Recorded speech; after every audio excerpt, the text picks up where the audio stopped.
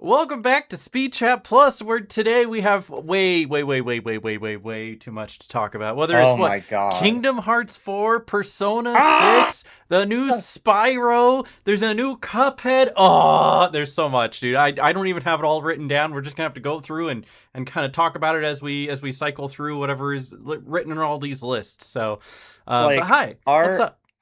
our predictions, I feel like we're just not even close. I Like we said were Kingdom Hearts 4.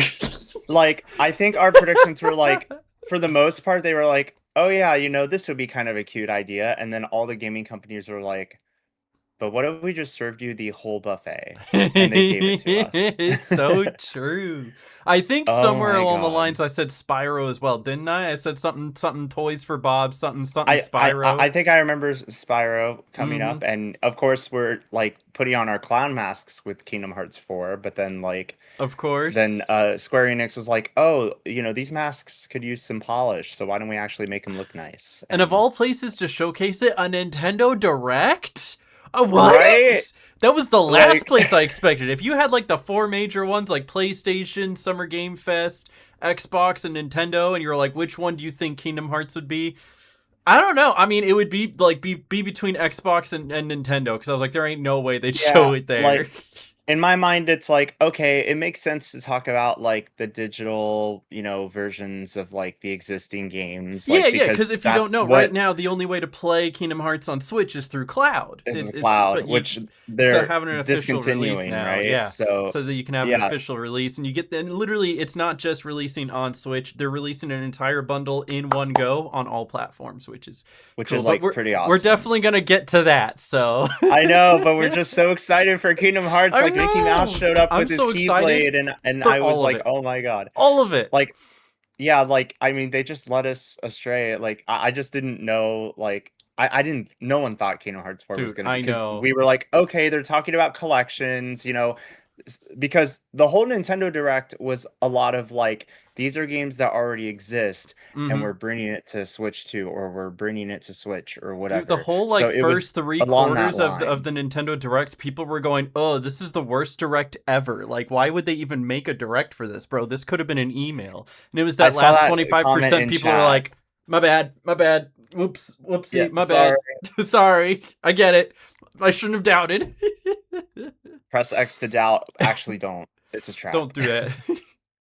But anyway, Okay, before but we get yeah, into we're here. everything, let's do our quirky clips of the week. And these are more just like memes than they are clips. But this is the first one I got where, if you noticed, everything's being released in either like September or 2027, right? September, October, Yep. and Yep. 2027. And the only other things being released in November right now are like Godzilla, Barbie, and Grand Theft Auto 5. So, we've got this lovely little masterpiece somebody put together where it's all like Godzilla and Barbie moving into November against GTA 6. Like, They're trying their best. dude, they're gonna do it. They're gonna stop GTA 6. So I thought that was too Yeah. good, so I wanted to share that one. I Um, I do have to say, I only learned about Barbie Rewind because of Summer Game Fest play days, because they were handing out these I have you it have somewhere. Barbie merch? I have Barbie, glass bottles that were filled with lemonade, That's and they amazing. just, yeah, here, I'll grab it while you go to the next thing. All right, and this is my next one, as Michael was talking about with the clown noses and clown wigs. I saw somebody put together this wonderful clip from Transformers. Was it Transformers minus? No, that's Godzilla minus one. Transformers something something. The good Transformers movie that came out recently. The age of sadness has And ended. they did this dub over, and he's got the clown nose. Follow me, and you'll never be disappointed again. Oh my God. This is obviously like in reference to Kingdom Hearts 4. Takes out the copium, puts in the clown nose. It's so good. The little sound effect is so good. It's so Okay, good. you want to see the glass bottle that had the lemonade in it? Yeah. Show Who's me the glass this? bottle. Oh, Who's that's this? cute. Oh, And it and you brought had it the home. logos. Mm-hmm.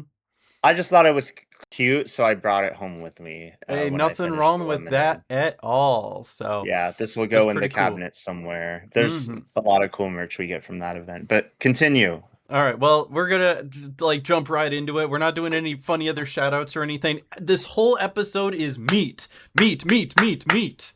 Games, Games, games, games. games. And the first one we have is the Summer Games Fest because that is Ugh, the first one that took place over Friday. You were there. I totally thought I saw you in the audience. I didn't, but I kept shouting, "Look, there's Uh, Michael." I will clarify because I had a ticket to go to the showcase, but I actually was invited to a YouTube Creator Collective watch party and went to that Ah, instead. And it ooh, was it was held at a like sports bar where it was literally across the street from the Los Angeles Convention Center where E3 happens every year, like downtown LA. nice. And yeah, I went there because they had free food and drinks. And guess what? The Dolby Theater didn't have free Free food and food and drinks. drinks, of So, course. That's how you get and them. plus I'm networking with creators and I'm like, yeah, this is more of a vibe. So Oh yeah. I was actually not in the audience, but maybe someone looked like me in the audience. I But don't yeah, know. no, I kept being like, "Look, there's Michael," and everyone was like, "Where?"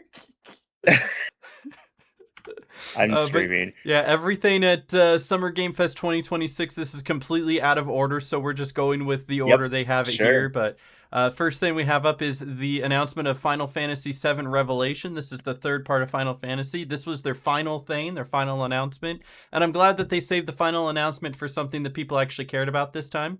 As opposed to the game that doesn't exist Yeah, anymore. yeah, it sure doesn't. No, they spent so much time on this. I would like it's Mm-hmm. amazing they even had like Matt Mercer, who's the voice of Vincent Valentine, come up on stage. Like Oh that yeah, was and the gameplay like walkthrough just looked oh my it gosh. looked It looks great. so good and it comes out this spring. I'm so Mm-hmm. stoked for it. It's soon, and because of it, I decided to finally go back and play Final Fantasy VII Remake for the first time because I've had the game for like ever now, and I've just Mhm. completely never had time. But I've been nursing a Yeah. back issue for like the past couple of weeks, so I've been couch ridden, and it's like, well, if I'm gonna be stuck on the couch anyway, gonna drag my PlayStation out there, and I'm gonna swap between playing this, watching Spider Noir, and watching baseball. So that's been my past 3 days lately, and I'm about like 20 hours into the game now. I'm just finished the sewage section, I think. And the entire game, not only is it very well made, the story's very fun, the graphics look great, the gameplay is immensely fun, but the entire time, Cloud is just like, I want money. Where's my money? Give me money. Dude, it's maybe because I didn't play the original Final Fantasy VII, but it's like it felt like that was all his dialogue the entire time.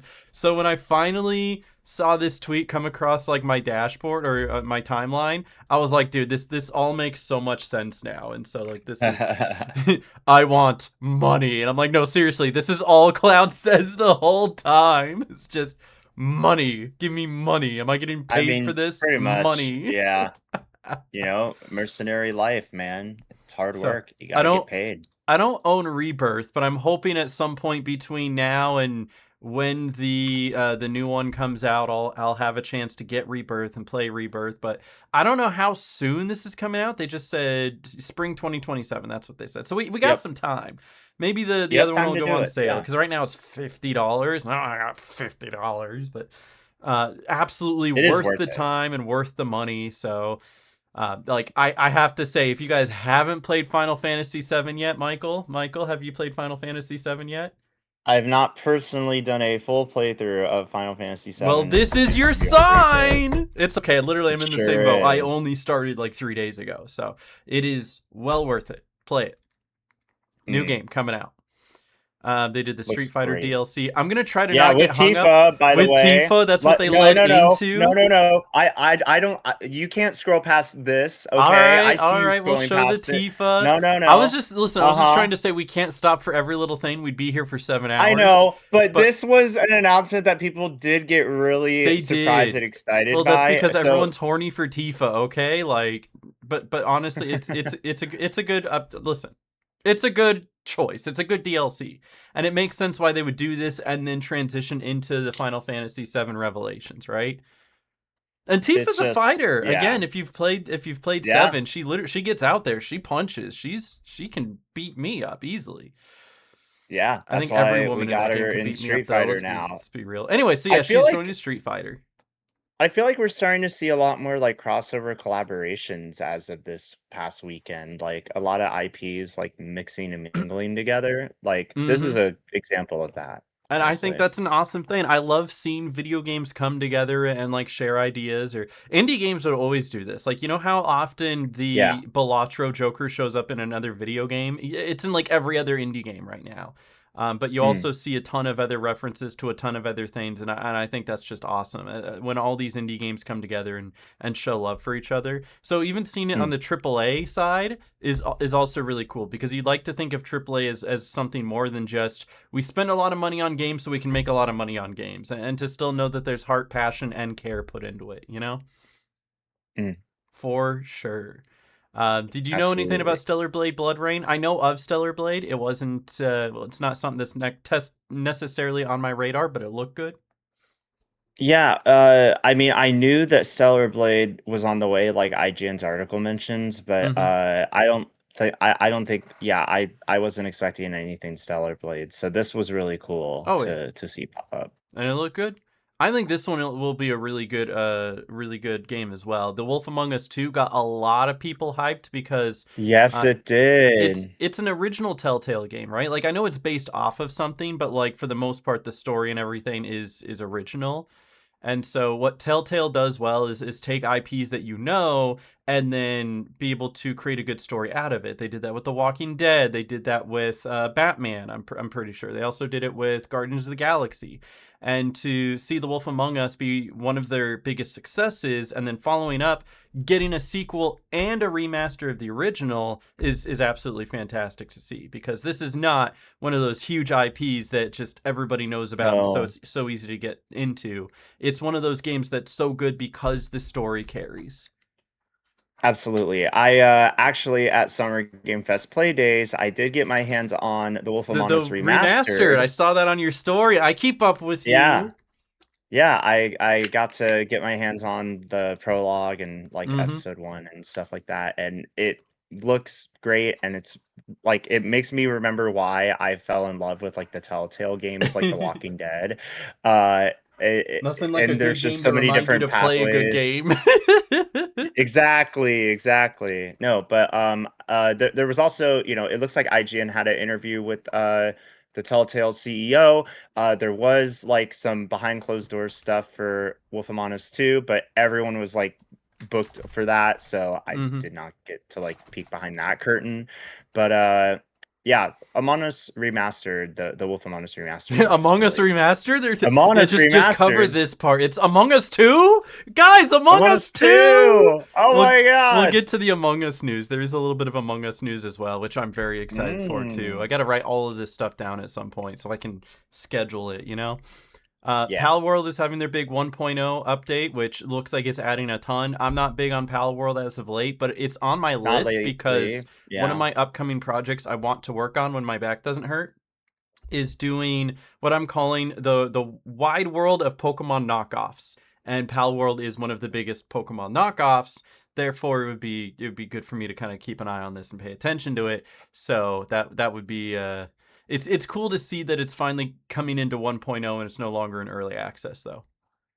Right. Yeah. Mm-hmm. It's good to see it out of early access, which I also did play, Because and it's been like I what, think you 4 played it too. years, 3 years, Been a something like that. long time. Well, I mean, Mm-hmm. the thing about early access is for a lot of these games is that they usually do take like 2, 3+ years to actually listen to player feedback and add updates leading up to that big 1.0 version, like Mm-hmm. Power World is doing. This isn't the first time we've seen a game in early access for many years, so Do you know it's how long pretty cool to see Fortnite was in them early pop up. access for? It sure It was. sure was.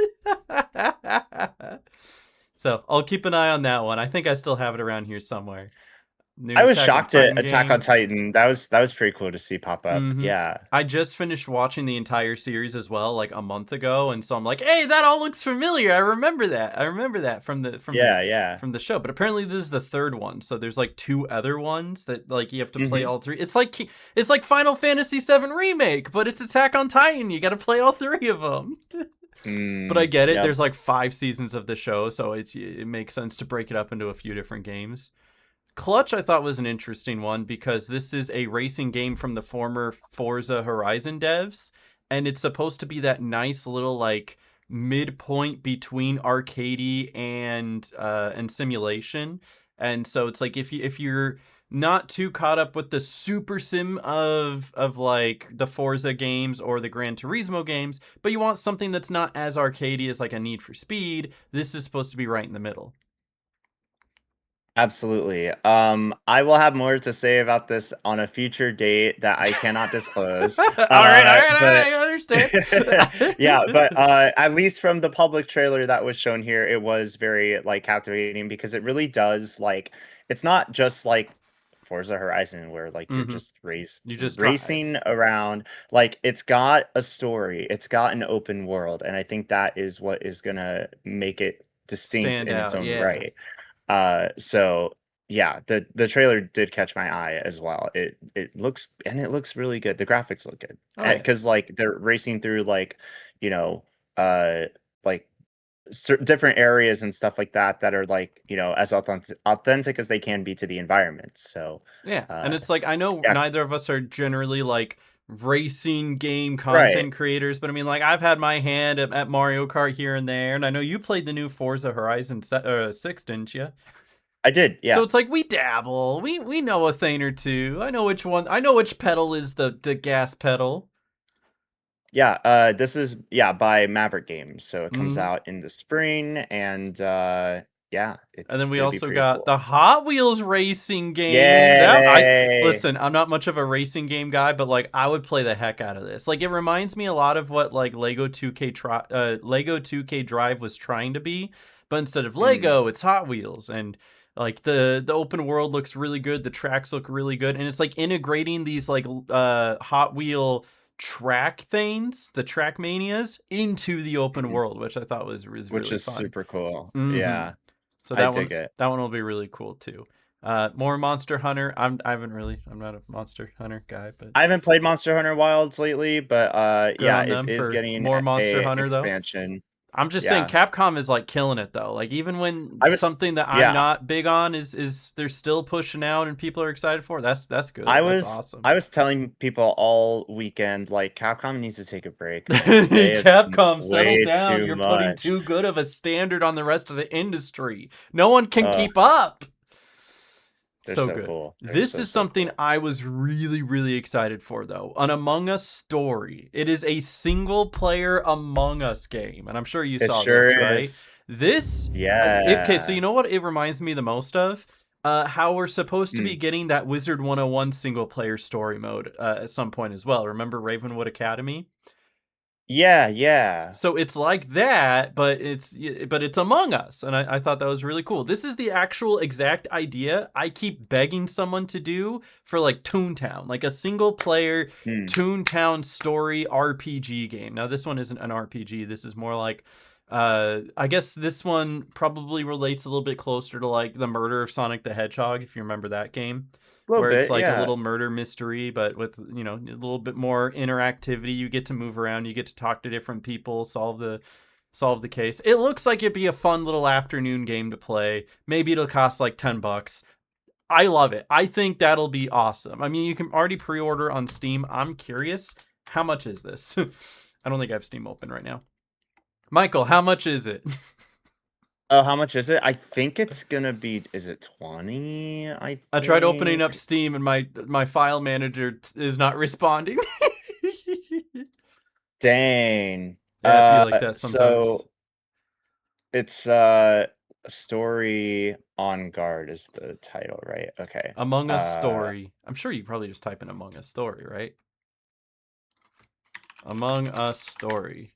Yep, there it is. Okay, no, it's only on wishlist because it's like, I guess it said wishlist now, but like not pre-order now. But yeah, I don't know. It's not. Yeah. I don't think it's up for pre-order right now. Did it have a public Dang. release Add to date my wish announced list. at the end Nope, of just to the? be announced. Got you. So yeah, Got we you. know very little about when this is coming out, but it looks like it'll be really good, and I'm really excited. And this was Yeah, like I to go mean, hand in hand. Go ahead. I'm sorry. oh, I'm a sucker for narrative-driven stories. That's all I'm Me gonna say. So like too. this definitely has my eye. Yeah. But this was announced alongside the TV show that's on Paramount Plus now, and I don't have Correct. Paramount Plus, but if I did, I'd watch it because You can watch all 10 episodes right now, and from everybody who has watched it, they've all said the same thing, and that is, Yeah. holy cow, why was that so good? Like why is it such a well-written narrative story, but like in Among Us? Also, why do they all have butts?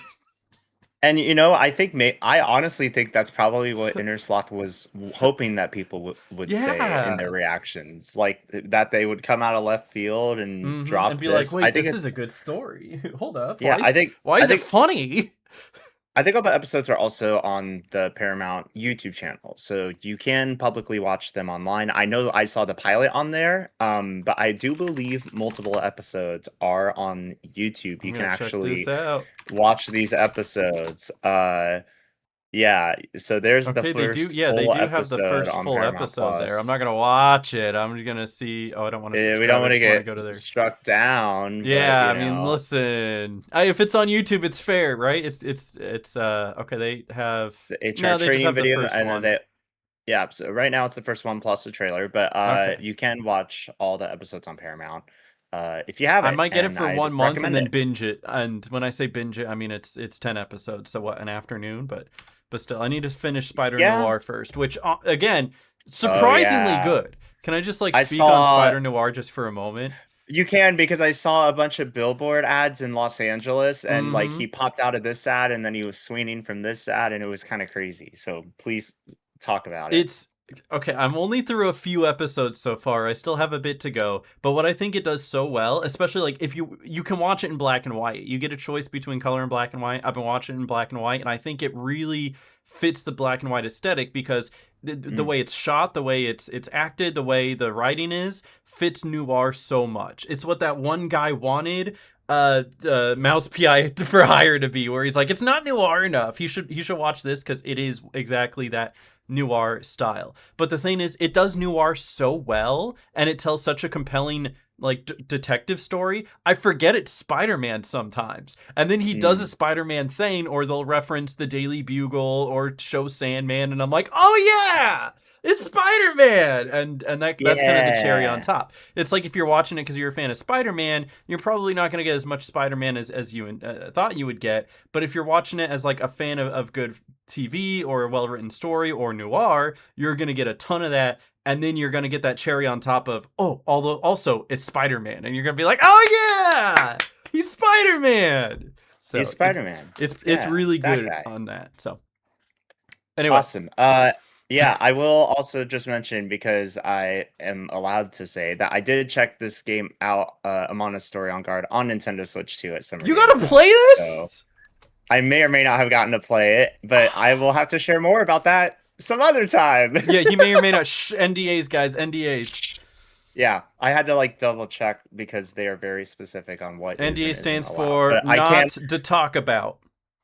that part. But I can say, because they had a whole section. They were there for like the first time ever. So that is one of the games I did get That is to check awesome. out. So I'm not a Blood of the Dawn Walker fan. But hey, I got a pin for it. You Yeah? know, that's kind of neat. Something Yeah, to put on I your got pin the little. board.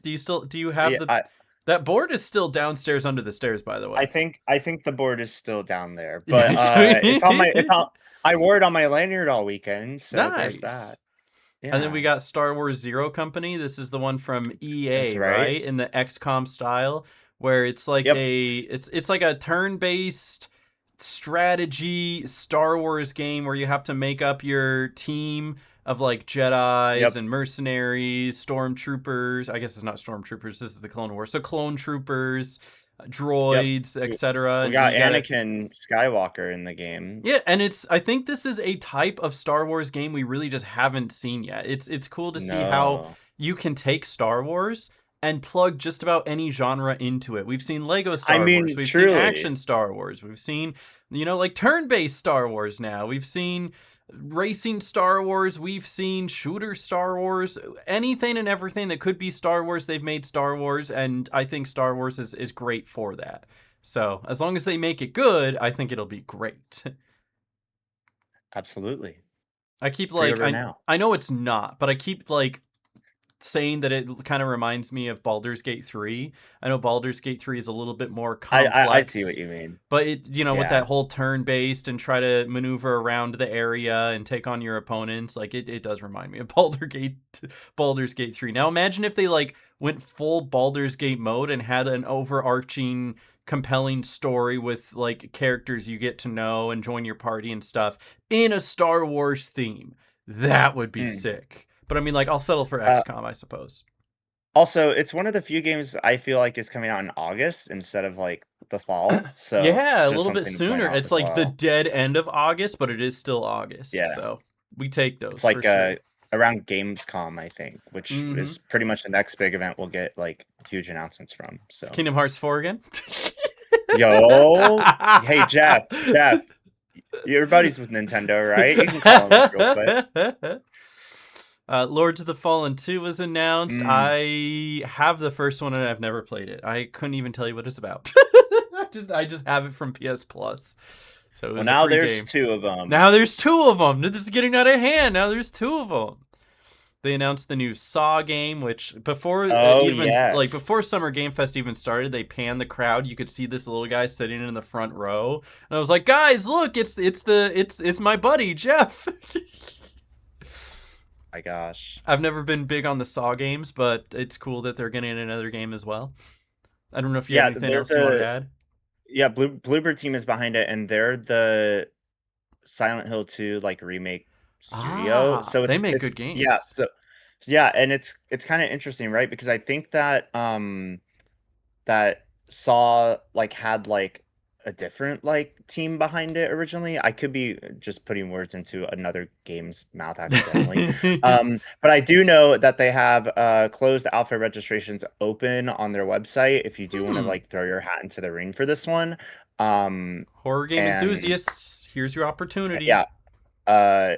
Yeah, they have like the availability for that as well. And yeah, may or may not have also checked out some stuff with this one. So ooh, Michael's making his way around. This one I'm actually super interested in. Going around town. So this is called 1666 Amsterdam.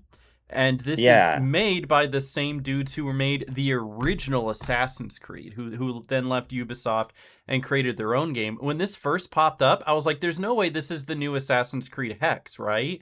And it's not. Of course it's not. But like, they obviously took heavy inspiration from what was going to be Assassin's Creed Hex and created their own twist and their own version of it.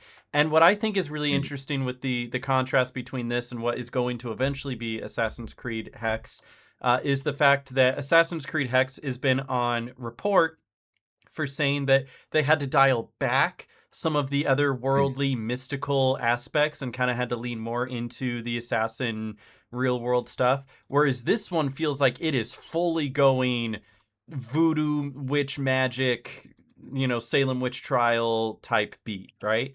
And so that might just be the real difference is how much this one gets more into the nitty gritty of the witches and witchcraft versus Assassin's Creed Hex, which is supposed to be the darkest Assassin's Creed yet, but is also just still going to be Assassin's Creed. So they might have to pull a couple punches there. Whereas this game is not tied by the strings of Ubisoft and can go full force. So we'll have to see. But there is already a demo of this out. I have yet to play it, but I really want to. It's about 30 minutes of the prologue. And with it being the prologue, you know that 30 minutes actually means 20 minutes of cutscenes and 10 minutes of walking. But still, I would love to check it out. So I don't know if you had anything that jumped out to you about this one. I'm big on Assassin's Creed. I've played every single one.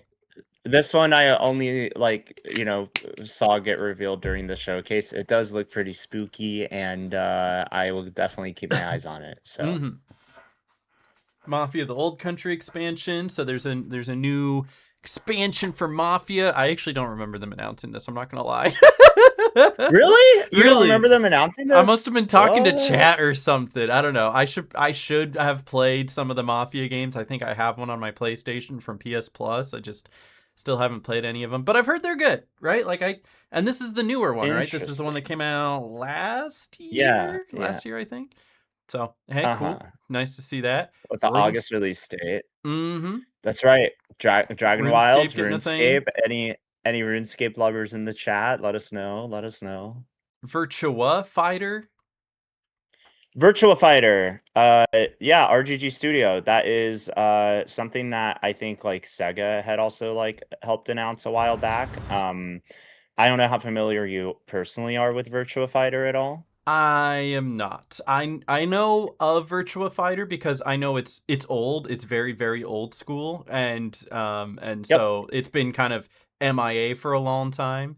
And it's kind of it hard to has. like be a new fighting game in this day and age where you're being muscled out by the big ones, Mortal Kombat and Street Fighter, and so even Tekken, I think, kind of ended up getting muscled out as well. Because didn't we talk not too long ago about how they were bringing in a new Tekken, and out of the big three, Tekken just feels like the one that's being muscled out, and so even Right. trying to And be a big fighting game right now is tough. There's so many. mhm. There's what 2XO from Riot Games, and all the arena Yeah, fighters yeah. that are coming out as well or have come out, like Rivals of Ether 2. Obviously, Smash Bros. Still standing at the top there. Brawlhalla. It's like there's so many fighting games. Like, how are you going to stand out?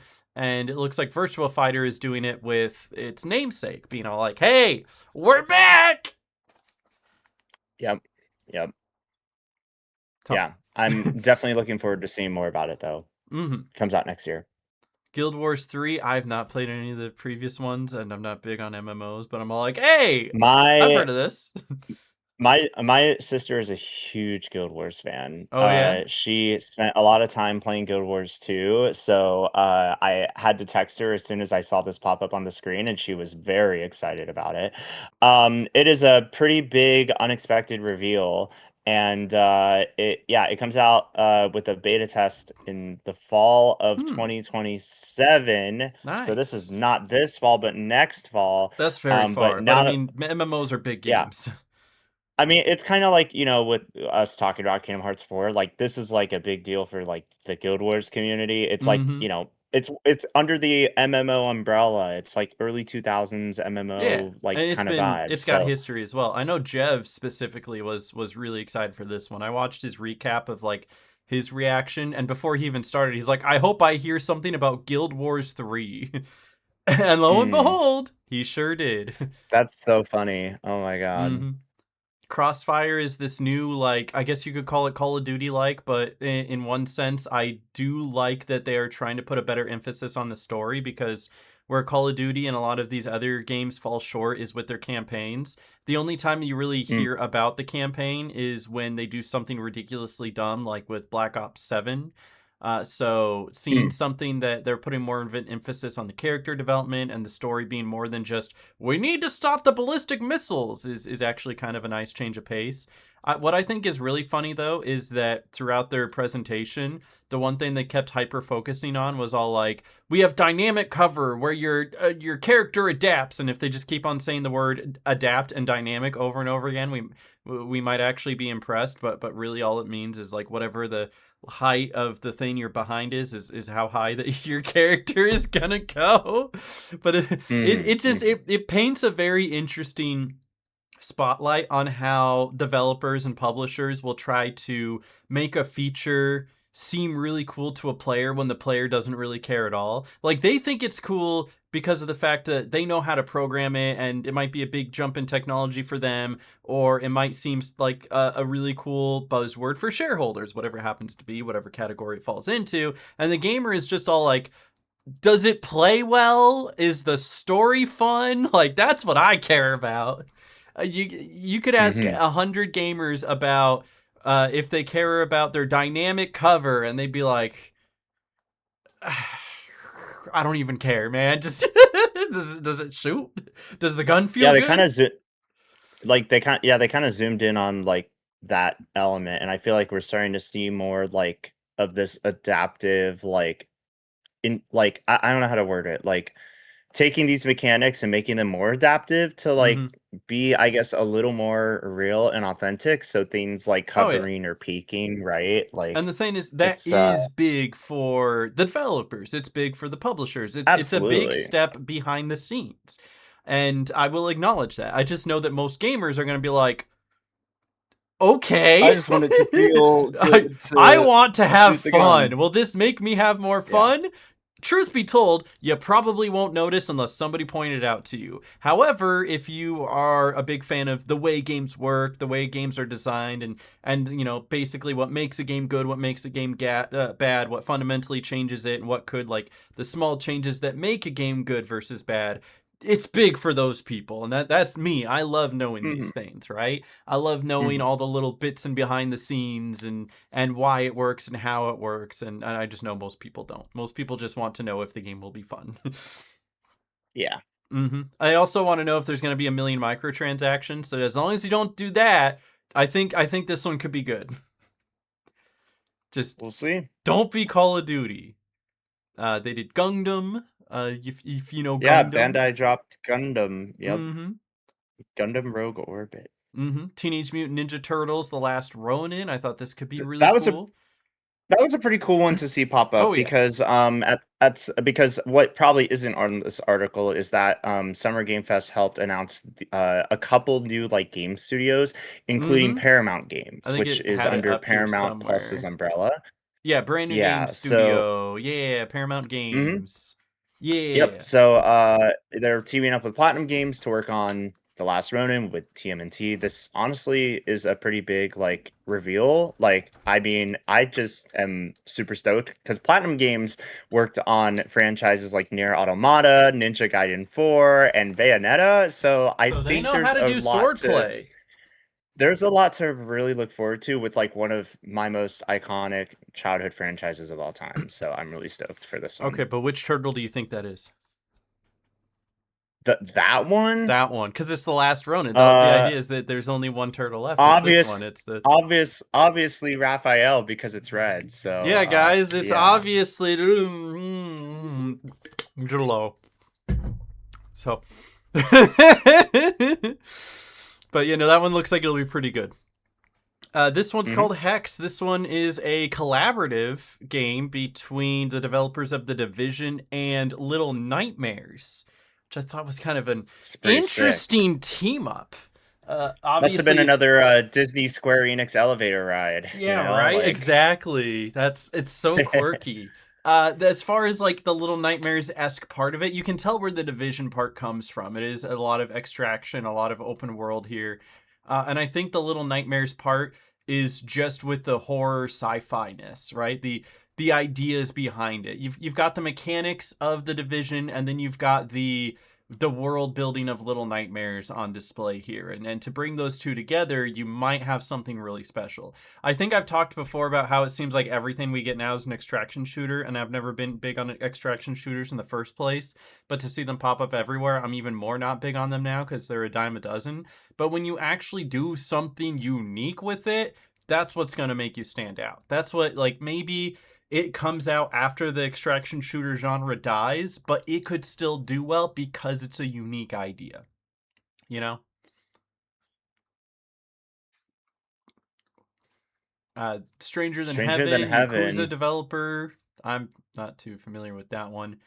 Blood Message. Yeah, there was a lot of there was a lot of reactions with the 2-pack being like thrown in. Oh, I did remember that. Okay, this is the 2-pack game. You're right. Okay. This is this where is I made the joke. I was like, oh my god, they brought Tupac back from the dead.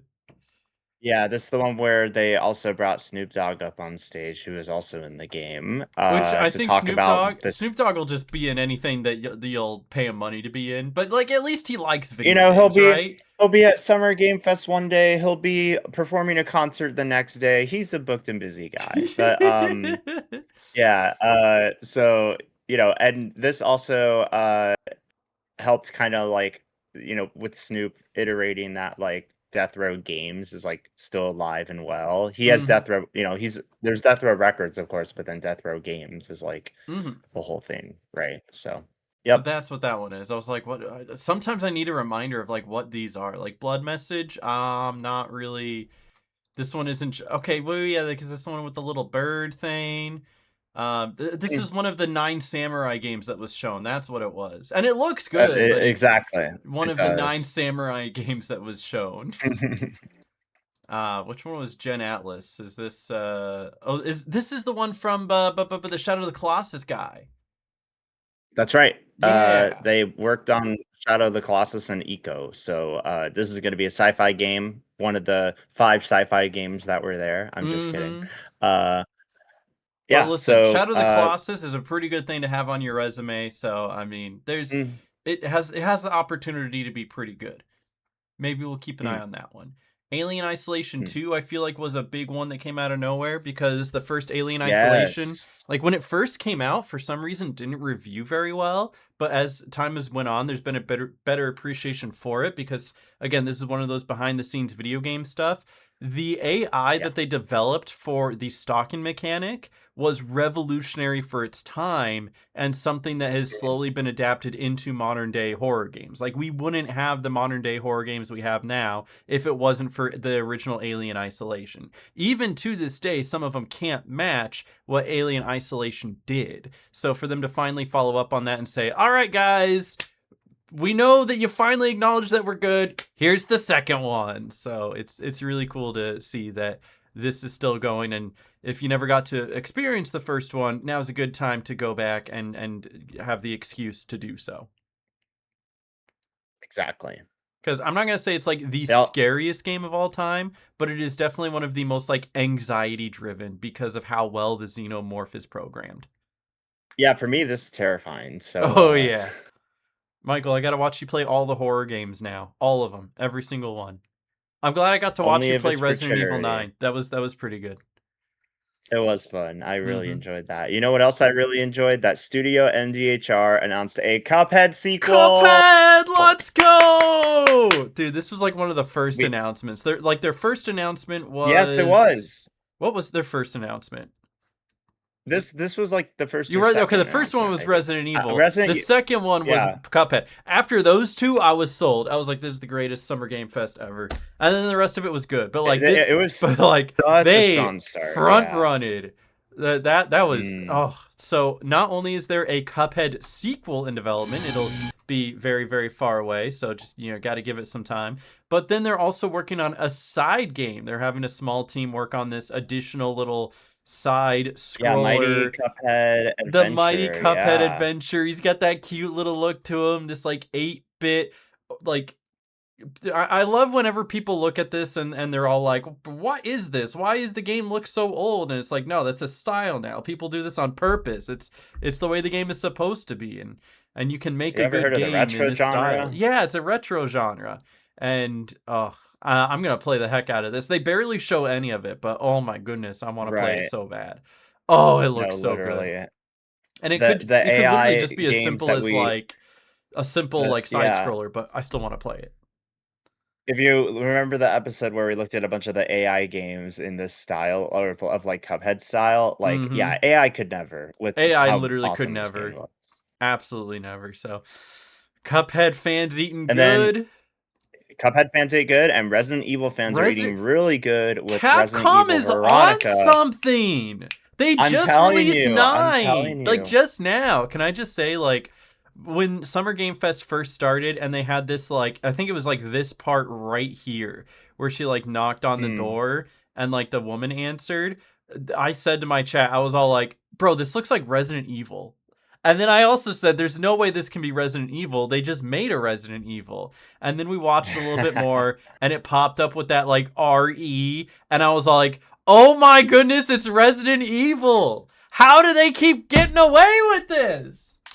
It's insane. Capcom they're doing like that old school, hey, let's push out a video game every year, but still with the same Right? quality and design for modern generation consoles. It's unheard of. No studio has been able to do this. Like whether it's PlayStation Studios, Nintendo, whatever happens to be, no one's been able to produce high quality AAA games on a yearly basis. You see like Ratchet and Clank has had like 10 years or 6 years in between games, it feels like, and God of War is taking 5 to 6 years in between games. Resident Evil is year after year after year after year after year for the past 10 years. Since 2017 they've had a release, whether it's 7, 8, the 2 remake, the 3 remake, the 4 remake. Dude, like literally every year. It's nuts. Plus It's everything else they're doing with yeah. Pragmata and Dragon, whatever it is, the I'm not Demon Hunters. What am I saying? The Monster Hunter. That one. I was like Dragon Hunter, Demon Yeah, Hunter, Monster Monster Hunter. Hunter. Dude, Huh? they have been killing it, and I don't know how. How are they doing this? What is this voodoo? Yeah, it's I did you ever like play or watch content of Code Veronica? I have very minimally skipped it, so I'll just say no. Got it. Say skimmed it, but Okay. Yeah, this is a remake, first announcement of SGF, and it's got a lot of people talking for oh sure. It yeah. was definitely one of the like out of the gate left field announcements for sure. So yeah, and all I will say is that Capcom was at SGF, so not just on the showcase but at Playdays. So hee hee, haha, ho Hoo ho, hoo ha ha hee hee hee hee. hee. NDA, am I right? NDA embargo And guys, that was only lingo. Summer Game Fest. We still have 2 more to look at. Now granted, the Nintendo didn't have nearly as much, but we still have 2 more to look at. So Because Xbox. Who would have thought we were getting some quality out of Xbox? Honestly, weirdly enough, I think Xbox might have had the best showcase. Like it's very close. I've but heard I think they might have actually had the a best lot of showcase. a lot of people claim like Xbox is back, like we are so Xbox back, is weirdly everybody. back. They've only been doing good things from here, right? They lowered the They, cost of Xbox Live or Xbox uh-huh. Game Pass, and their showcase was good. They're bringing back good games. Where is this coming from? When did Xbox suddenly start caring? That's amazing. You know, we do have that new CEO, so That is true. a lot of leadership Maybe she's making a changes. difference. Maybe we got to give her credit where credit's due. So they First did thing out of the end the box. showcase with they did end the showcase with a official first look at DMZ within Call of Duty Modern Warfare 4. So Aaron, I'm curious about your thoughts on it. This is another extraction shooter. I'm not big on extraction shooters, as you heard from 5 minutes ago. Extraction shooters are everywhere, and you got to do something unique or different to stand out. And this is still Call of Duty, so I mean, I'm not. It's not something I'm gonna play. And the bigger thing I'll say here is, aside from there being too many Call of Duties, I'm just kind of over Call of Duty at this point, is the fact that I don't think Xbox understands the one more thing before we go, because this was their one more thing before we go. And maybe in their heads, this was their big reveal, but everyone kind of knew this was already coming and it wasn't really a surprise. And maybe this is where they could have put in that little teaser for Persona 6 that would have just made everybody's jaw drop. But like, that's all I wanted to say. Xbox has been doing so good, they just got to learn what one more thing means. Yeah, I also think that this could have been this could have ended on something different than COD, but yeah, I mean, I will say that like watching this gameplay that we have from the article, like in the theater was like insane. Oh yeah. Like watching that with the sound being so loud. It was very intense. So yeah, this definitely will be something to look out for. Can I actually say though, this one seems like it would be one of those like brush it off out of nowhere, whatever, middle of the road. No, this actually looks really good. Clockwork Revolution. Clockwork Revolution this is is genuinely an something I've had exclusive, right? It is an Xbox exclusive. It is not coming to PlayStation 5. It will be on PC though. Steam, not Switch. I think it is at least PC. Well, like they said something about PC. Xbox has that Windows PC tie-in. So yeah, I think it's console exclusive, but it does say there's no PS5. But I do think it's coming out on PC at least. Can we let's do some research. Let's do our due diligence so we're not putting out bad information. Are you just Clockwork Revolution release. I do see a Steam page. Okay, so it is on Steam. Yeah, so Xbox and Steam. It will be on PC, but it is still technically console exclusive for what is that, for Xbox. So I wouldn't be able to get this on PlayStation, but I would absolutely get this on Steam, because this is one of those I'm going to start calling a BioShock-like, where it kind of has that feel and that world building that BioShock would, and kind of the gunplay and everything like that.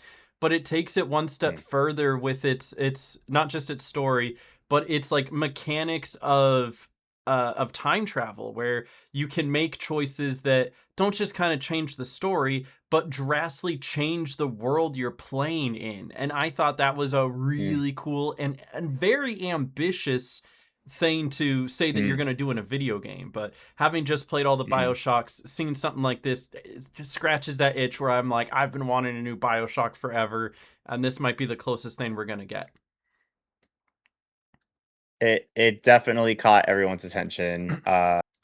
I'm really intrigued by this one. This one had a lot of people talking at Summer Game Fest. So And I know it's not like this was the first time this was shown. Like, it's been priorly announced, but this is like a whole 4 minutes of like gameplay and cutscenes and actual showcasing of it, instead of just like, here's kind of what it's about. No, it's like, you're gonna get a lot about this game, and this is what's gonna help you decide if it's something worth your time. And oh my goodness, it looks so good. I want to play it so bad. Bad. We got our eyes on this one for sure. Definitely. You know what else I got my eyes on? So, my boy, he's back. Let's go. This is what I was most excited for. Let's go. Sitting in the audience. I had people tell me, like, oh my god, as soon as Spyro came up, I sobbed in my seat. Like, this meant so much to so many people. Spyro is the absolute GOAT. We all know this. And being able to see Spyro back in his glory in the year 2026 is just like, it's just so lovely. I mean, we're seeing a lot of companies lean into nostalgia, and this is both nostalgic and exciting for something it's new, not just nostalgia sells, but these are already well-built characters with well-built worlds that you don't. It's like, you're not just capitalizing off nostalgia, you're continuing a story that was never finished. And I think that's awesome that they can do that. It's like what they're doing with Rayman. They're now doing it with Spyro, and they even did it with Crash Bandicoot. So it is really cool to see Spyro coming back after all these years. Like, you can't really see it, but that right there on my TV stand is the Spyro Reignited Trilogy box. It's a little bit glary, you can't really tell, but that's what that is. So I'm like, I had it in my PlayStation recently. I needed it for something, so I'm so excited. It's gonna be spring 2027. not a console exclusive. It's gonna be on different platforms. It's on everything. In the spring, but and all I ask is if you get in touch with somebody about this game, you send them my email too. You be like, hey. So I don't know.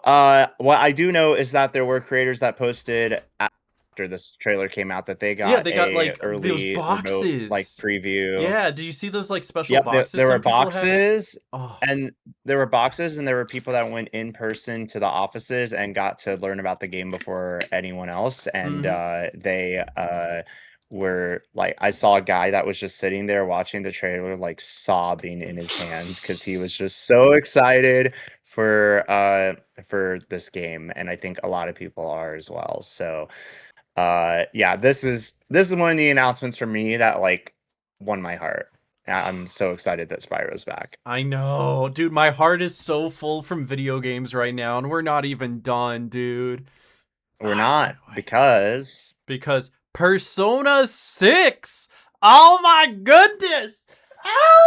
So I've played I wouldn't say I've played every Persona game, but I have platinumed Persona 3 Reload, and I have platinumed Persona 5 Royal, and I played the original Persona 5, and I played Persona 4 Golden. So I'm versed in my Persona-ness.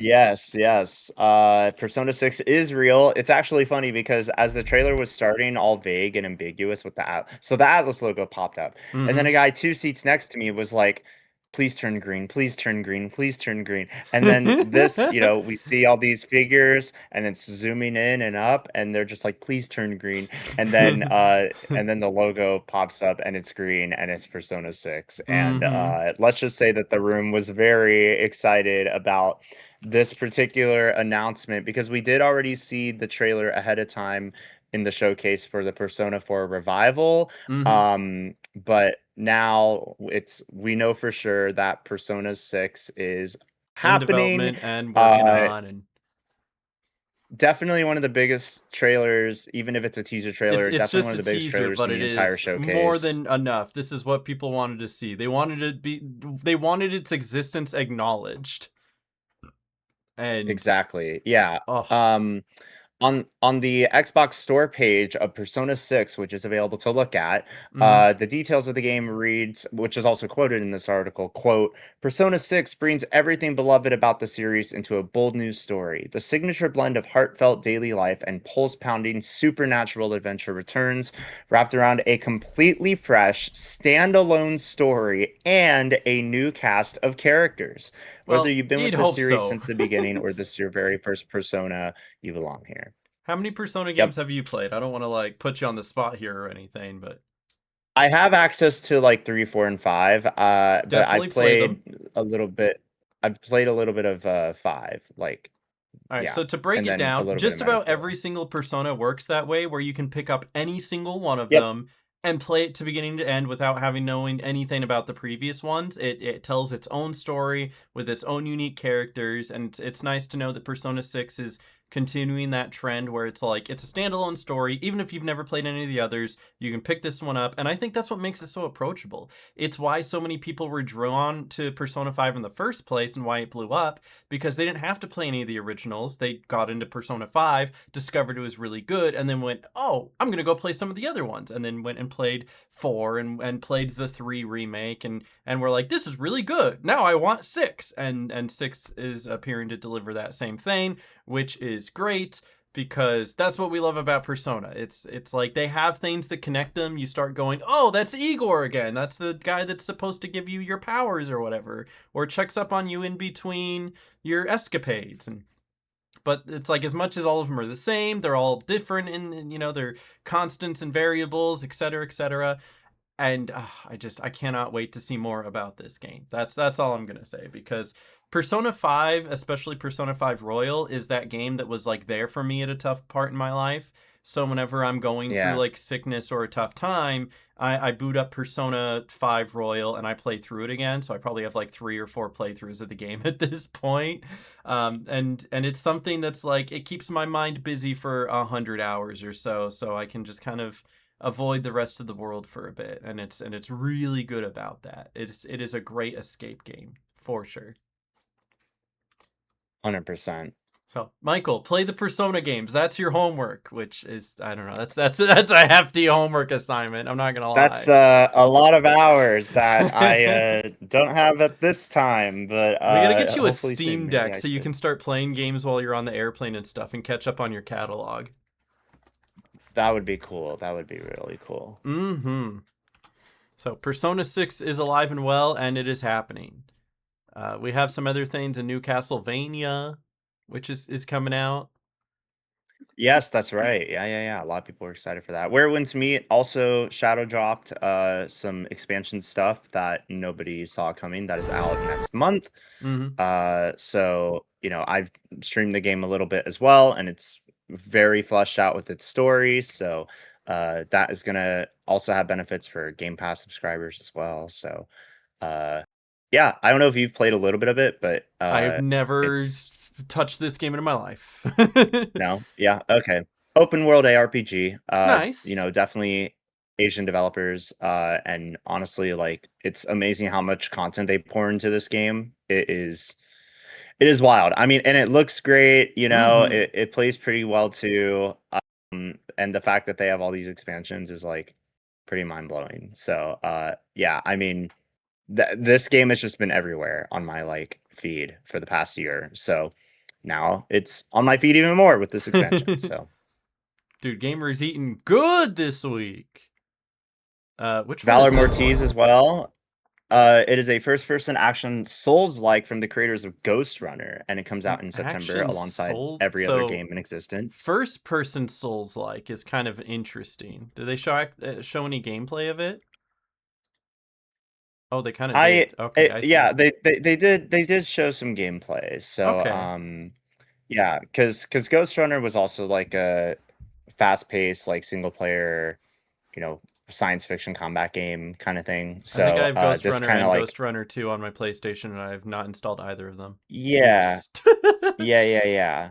So nah, this trailer did look pretty stunning It though. looks solid. I mean, Like, like, yeah, I don't think like they showed a cinematically it looks bad great game. too. You know what I'm saying?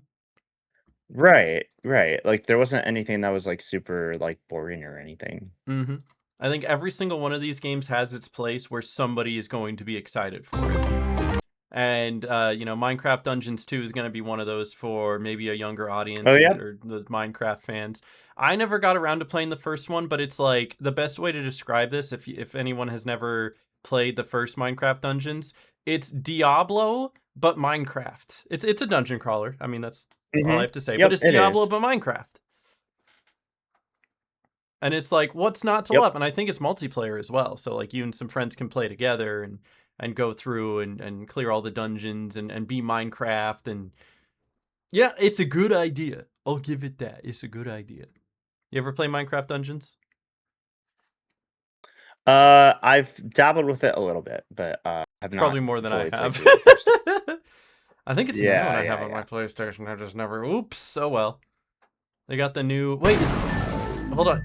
Is this the see-through one? Is this the dude? Was I not just last week being Yeah. all like, "Ooh, the see-through green glow, see-through electronics"? Wait, did you miss this I announcement, did. I or didn't why are actually you watch this reacting this live. way? What? I had to catch up on Wait, everything. how? This was like one of the biggest announcements of the entire This is one of the showcase. things that just They never got to announced. me. I don't know. I'm sorry. That's insane because everyone was freaking. This is why people were like, Xbox is back, literally because of this video with the Mm-hmm. see-through green 25th anniversary Xbox. Mm-hmm. And yeah, this console it literally has like everyone talking. The limited edition Series X25 coming out in November. Just in time And for the GTA really 6, baby. right? So yeah, the commemorative hardware always rocks, especially when it's something this special. And it's literally the And see-through plastic. Dude, it's meant to be. yeah, we don't know about any like internal changes, but beyond like the standard Series X specifications that we have, because I mean it looks like Series X. Yeah, I think it's just And they're it's a more standard like console, but it they're more looks nice. cosmically different. Mm-hmm. Yeah. And the cool thing about this console is aside from just the fact that it is see-through, they've also got that controller as well Mm-hmm. in the translucent OG green. So they will sell that both together with the console as well as separately if you want Which to will be just nice buy because the I know some people controller. just get controllers for the computer, i.e., this one. It's plugged into my computer right Yeah, now. yeah.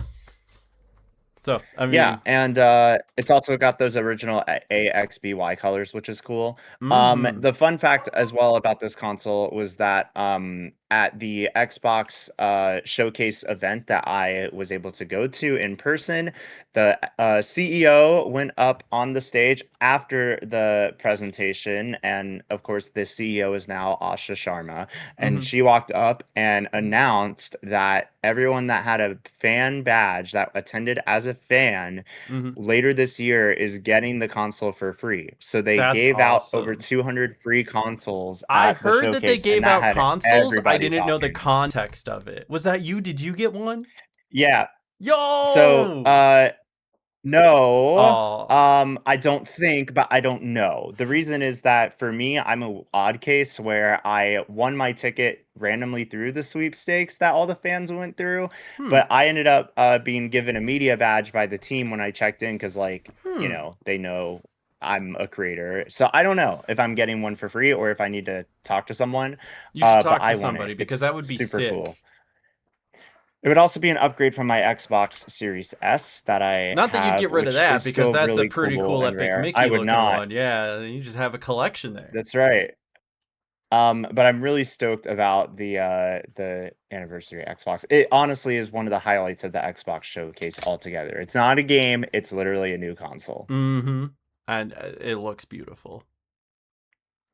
But did you see the new Crazy Taxi? Yo! Oh, that was loud. Sorry. I sure freaking did. I think a Oh my lot of gosh. people saw this So what do you coming think just about? because like we saw the teaser on Yeah. Twitter first. And now we get to see actual Yeah, and it was, gameplay. you know, Yeah, people weren't sure, like, it was a rumor and stuff, but no, Crazy Taxi World Tour is coming next year in 2027, pretty much on all major platforms, and it will be something you can already go ahead and wishlist. This is the announcement trailer from it. This is one of the games I also did get a fancy little press release for that I can Nice. go on about for if you would like me to give a few details about this game. Absolutely. I Because love it's an that. all new installment of the classic driving action series. Y'all know this. Crazy Taxi has a bunch of games with that arcade style, and it's really iconic, as well as with like the tracks as well.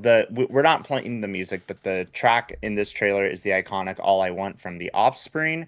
And the protagonist there is Axel, who is a longtime series protagonist. It's looking like Axel we'll from see a Kingdom lot of like Hearts, dude? characters That's from Kingdom crazy. Hearts. It's looking The like we'll get a lot of crossover. like repeat like characters and like call outs to like the OG games and stuff. And it's helmed by the original Crazy Taxi creator Kenji Kano as well, who I did get to meet at Summer Game Fest Play Days. Fun fact, because Crazy Taxi was, of course, there with Athene, With a that I thingy. can't talk about. Athenia, it's Athene TM.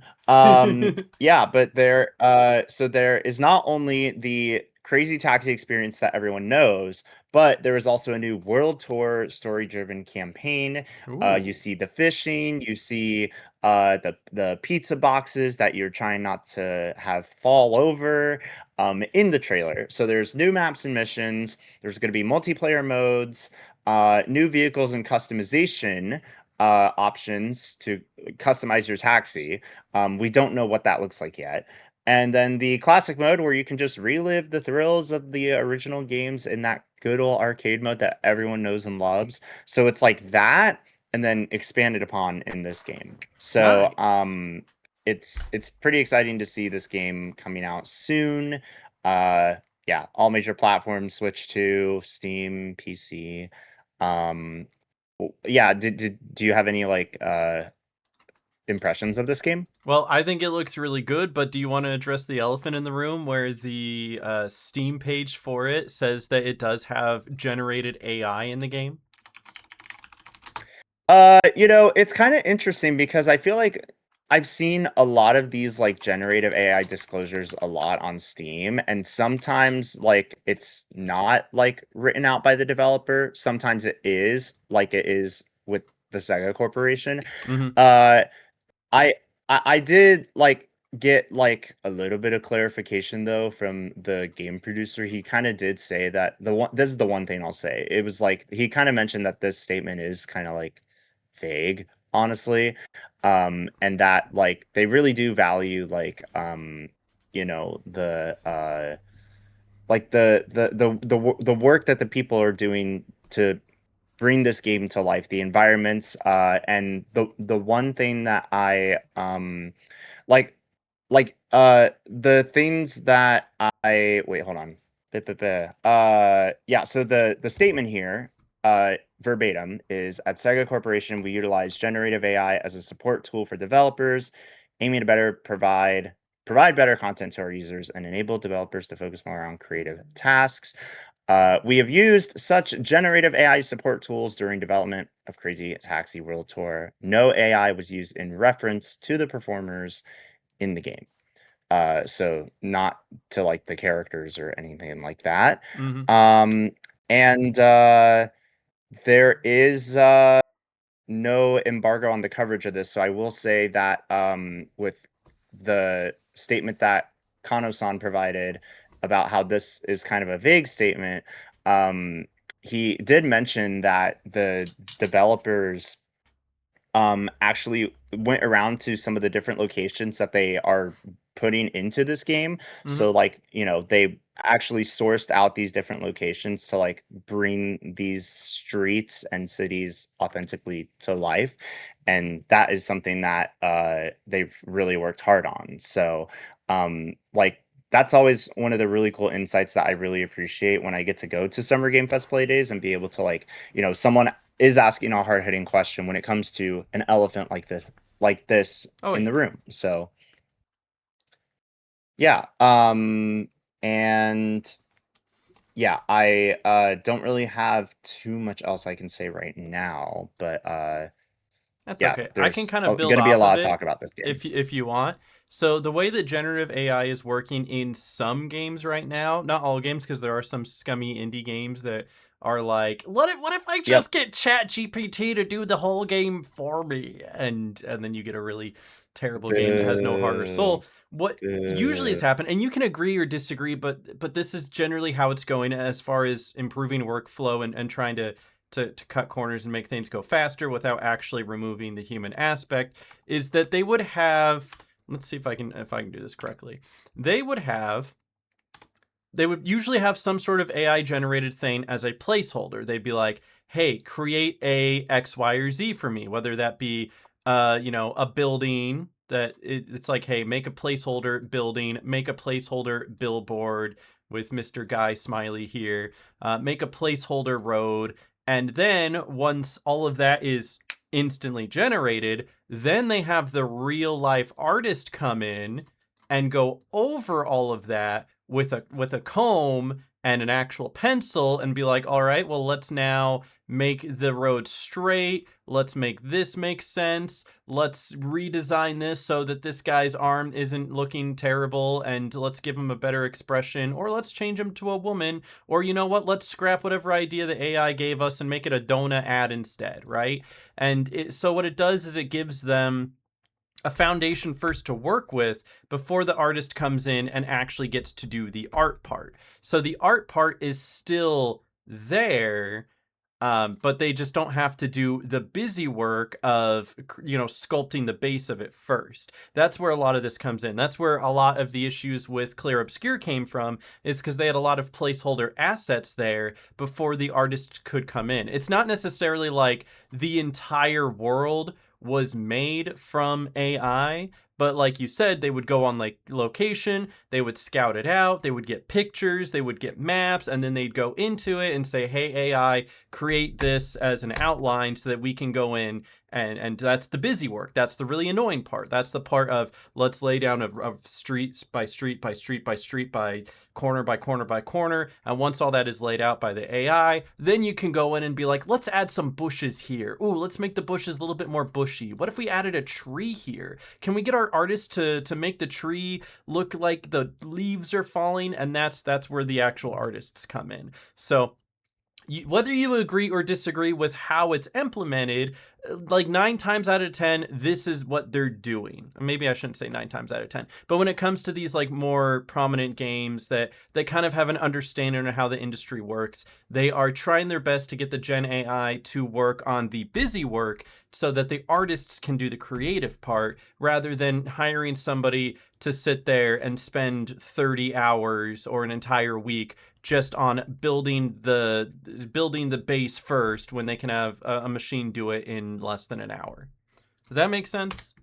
Did that come through properly with my crazy drawings and everything? Yeah, no, it's definitely interesting to see it applied So more I'm not in gonna the say if it's workflows. good. I'm not gonna say if it's bad. I'm gonna leave that up to the viewer, because there's been a lot of opinions on it. There are some things that I think I absolutely are have. bad, when it's like, hey, if you are using Gen AI to make the art for your game, bad. But there are instances that I will acknowledge that AI has helped the progression of video games and media, and sometimes it makes sense. And we've gone over some of those situations in the past. And this is one of those that's like right on like that kind of gray area where people are trying to figure out, is it ethical? Is it actually helping? Is it taking away jobs? Is it removing that artist image?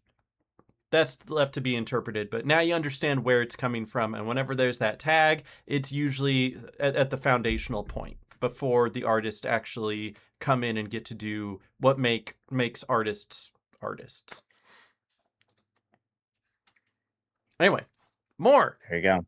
Doom: The Dark Ages Doom. Revelations. There's an expansion for Doom. Yep, it's an expansion for Doom. As they should. Doom's a good game. I mean, it's been a good franchise forever, and I mean, who doesn't love just grabbing a big gun and shooting demons? You know what I'm saying? This So is this is coming out in less than a month, actually. July So 7th, this bro. is That's like 2 days before Assassin's Creed 4 Resync and Backyard Baseball. What the heck? Yeah. It's they revealed like that new spear right there, that new spear weapon. So it's Ooh. kind of like not just like shooting the guns, but it's also like Now you get to stab them too. yeah, new weapons and stuff like that. Um yeah, but all the same, rip and tear until it's done, man. That's how you This do is it. gonna be a good one for those that are super into the Doom franchise. So Shout out Doom for real, for and real. it's worth noting that like IGN did give Doom the Dark Ages like a 9 out of 10. So it is a game that does get like some good ratings. So we're kind of building off of that and giving it something a little more. So if you own the DLC, you also get access to some new maps, demons, and additional weapons. You see that like chainsaw shield kind of thing going on there too. So yeah, it's pretty much like the installments like first campaign expansion and it launches this summer. You can get the game at no extra cost if you own the premium edition or collector's bundle, but you can also just purchase it for $20. And for just $20, it seems like a pretty solid like expansion. So Yeah, it does. All right, shout out Doom for that's all real, I for got real. on it. All right, that's all right. That's more than enough. I'm trying to remember what exactly this is because I know I've seen this before, but I couldn't piece it. But I know I've seen this before, and so this is it. It's a really big, Oh really yeah. well-made game. I just don't know enough about it. Yeah, it's another Hellblade game. So Gotcha. yeah, but the title is just Senua. So Sanua. I didn't want to try to pronounce that. yeah, I was gonna make a fool of myself. no, you're good. Yeah, Mm-hmm. it's coming out next year. Join Us was probably one of the most interesting, like hilarious, like kind of announcements that we saw. And I heard from other like attendees at Xbox Fan Fest that like when they like got to play it, it was definitely one of their like top 5 games that they had at Fan Fest. It's a cult game. You get to be a cult. Yeah, it's it is that culty open world co-op, doomsday kind of like thing, but it's just quirky.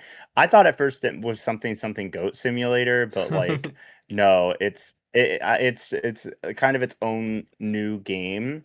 Like it It's kind of reminds like me of GTA, like but with Cult of the Lamb was mixed with Destroy All Humans. yeah, I see it as like GTA with like cults and the apocalypse. So, uh, yeah, it's very tongue in cheek and it comes out in March. Oh, that could be fun.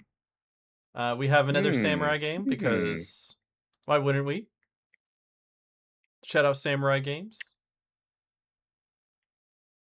Why does this look This like Bad Magpie looked very quirky and interesting to me. I was like chuckling throughout the trailer, honestly. Just like seeing the little dude, seeing the little bird. He's like, little "Oh, bird okay, game? bye," and then just and then rain, and it's sad, Aww. and he's still there. Yeah. It No, this reminds game me of was like Untitled pretty Goose neat. Game, but like bird. Mm, Not to say a goose isn't a bird, mm, but like bird. yeah. Basically, they get abandoned by their flock and they go on this like quest to try to win the affection of this falling star. It's very interesting and mysterious and comes out soon. So be on the lookout for it. I want the affection of that falling star. We have another shooter Yeah. because of course we do. We have another zombie because of course we do. Because of course we do. And then we got Persona 4 Revival! Again, we talked a little bit about Persona. I'll talk even more about Persona. I really, really like Persona. As you should. Because it's a good franchise and it's a lot of fun. And for some reason, Persona fans hate Persona, even though they say they love Persona, because every single time that this is shown, they're all like, but it doesn't look the same, as if the first one didn't look like you were literally playing with like toys, like little plastic toys. at least now the teenagers Mm. look a little bit more grown up instead of like they're 12, because there was something a little uncomfortable about playing as a character that looked like they were 12 and getting into romances with other characters that look like they were 12. So at least now they look like they're in high school to end of high school age, which is a little better. But no, it looks good. It looks like they did a lot with not just the graphics, but the emotions. Like everybody in the first game had that deadpan face, but now they're moving around and they're smiling and they're I know, right? sitting back and forth and jumping up and down. That's not something you got from the first one. I mean, they would do the little, but like their face wouldn't move. So now seeing like this whole Yeah. third dimension that they can finally take advantage of is really nice. And these cutscenes that are really well put together and well animated look really good. And so I wouldn't say recently, it was a couple of years now, where I went through and played through Persona 4 Golden. I had a ton of fun with it, and I'm really looking forward to this one as well. But also, it's $70, so I mean, what game isn't $70 Yeah. nowadays? But I'll tell you what, it might be close to worth $70. It's probably worth like 60. I'll give it that. It's probably worth 60, but I haven't played this one yet. But my estimate is it's at least worth that. So this one could be really good, and I really want to play it. And when is it It coming looks out? great. When is it supposed to come It out? looks Because I know really it's like great. I'm getting next Yeah, February. there is a Got date it. for it. Because I know that you get a lot of these like notifications that are like, this thing on your wish list can now be pre-ordered. Pre-order now. And I click it and it's $70 and I go, maybe later. Maybe. Then we got, Maybe another later, Plague Tale? Another one? Yeah. I must have missed August it because I said 27th. I didn't actually like watch the. I just kind of got a recap of it. Yeah.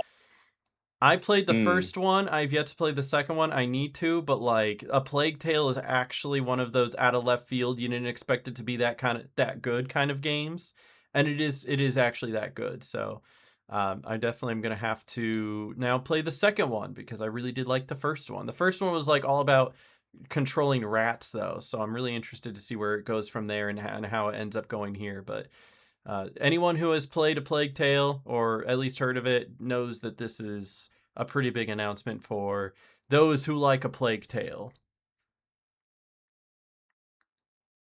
And then Halo Campaign Evolved. Do you ever play Halo, Michael? I have played a little bit of Halo. Should play more Halo. I should also play more Halo. We got a release date confirmed for Halo Combat Evolved. We do? Which When is it? It is next month. So it's It's funny that because soon? it's the Halo Combat Evolved was actually the first game in the Halo series in 2001. But Halo Combat Evolved is actually this like faithful remake. So you can get it up to 5 days early access on July 23rd if you get the collector's edition. Which that is pretty expensive, but Yeah, it's I the dude, I hate when they make sure. might be one of my Let me get biggest all the pet peeves where details. it's like you get to play early if you spend extra money. I hate that, man.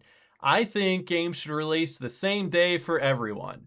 Maybe that's my hot take, but that's like one of the worst things gaming has ever done is like 3 days early access if you pay for the deluxe edition. Like, dude, Yeah, okay. that's stinky. Yeah. So you get early access if you get either the collector's edition, which has like a whole bunch of stuff, or the premium edition, which has still a bunch of stuff, with like the art collection and different cosmetics. The standard base game is $50, and the game is launching fully on July 28th. So the 5 days early access would mean July 23rd is when that will begin. And it will also be available on Steam and PlayStation 5, not an Xbox console exclusive. Nope. And that was kind of the big thing is like Halo's finally coming to PlayStation. It's the end of the world, but it is just like a single player experience with co-op obviously, but this isn't supposed to be like, oh, Halo Online coming to PlayStation. Everyone's going to play PlayStation Halo Online because I'm pretty sure this is meant to be just a story-based game. Yeah. Yep. So it has 3 all-new missions. It gave players the first look at Operation Meteorite, which is that 3-mission story arc that features the Master Chief as well as Sergeant Johnson there. And it honestly looked pretty neat.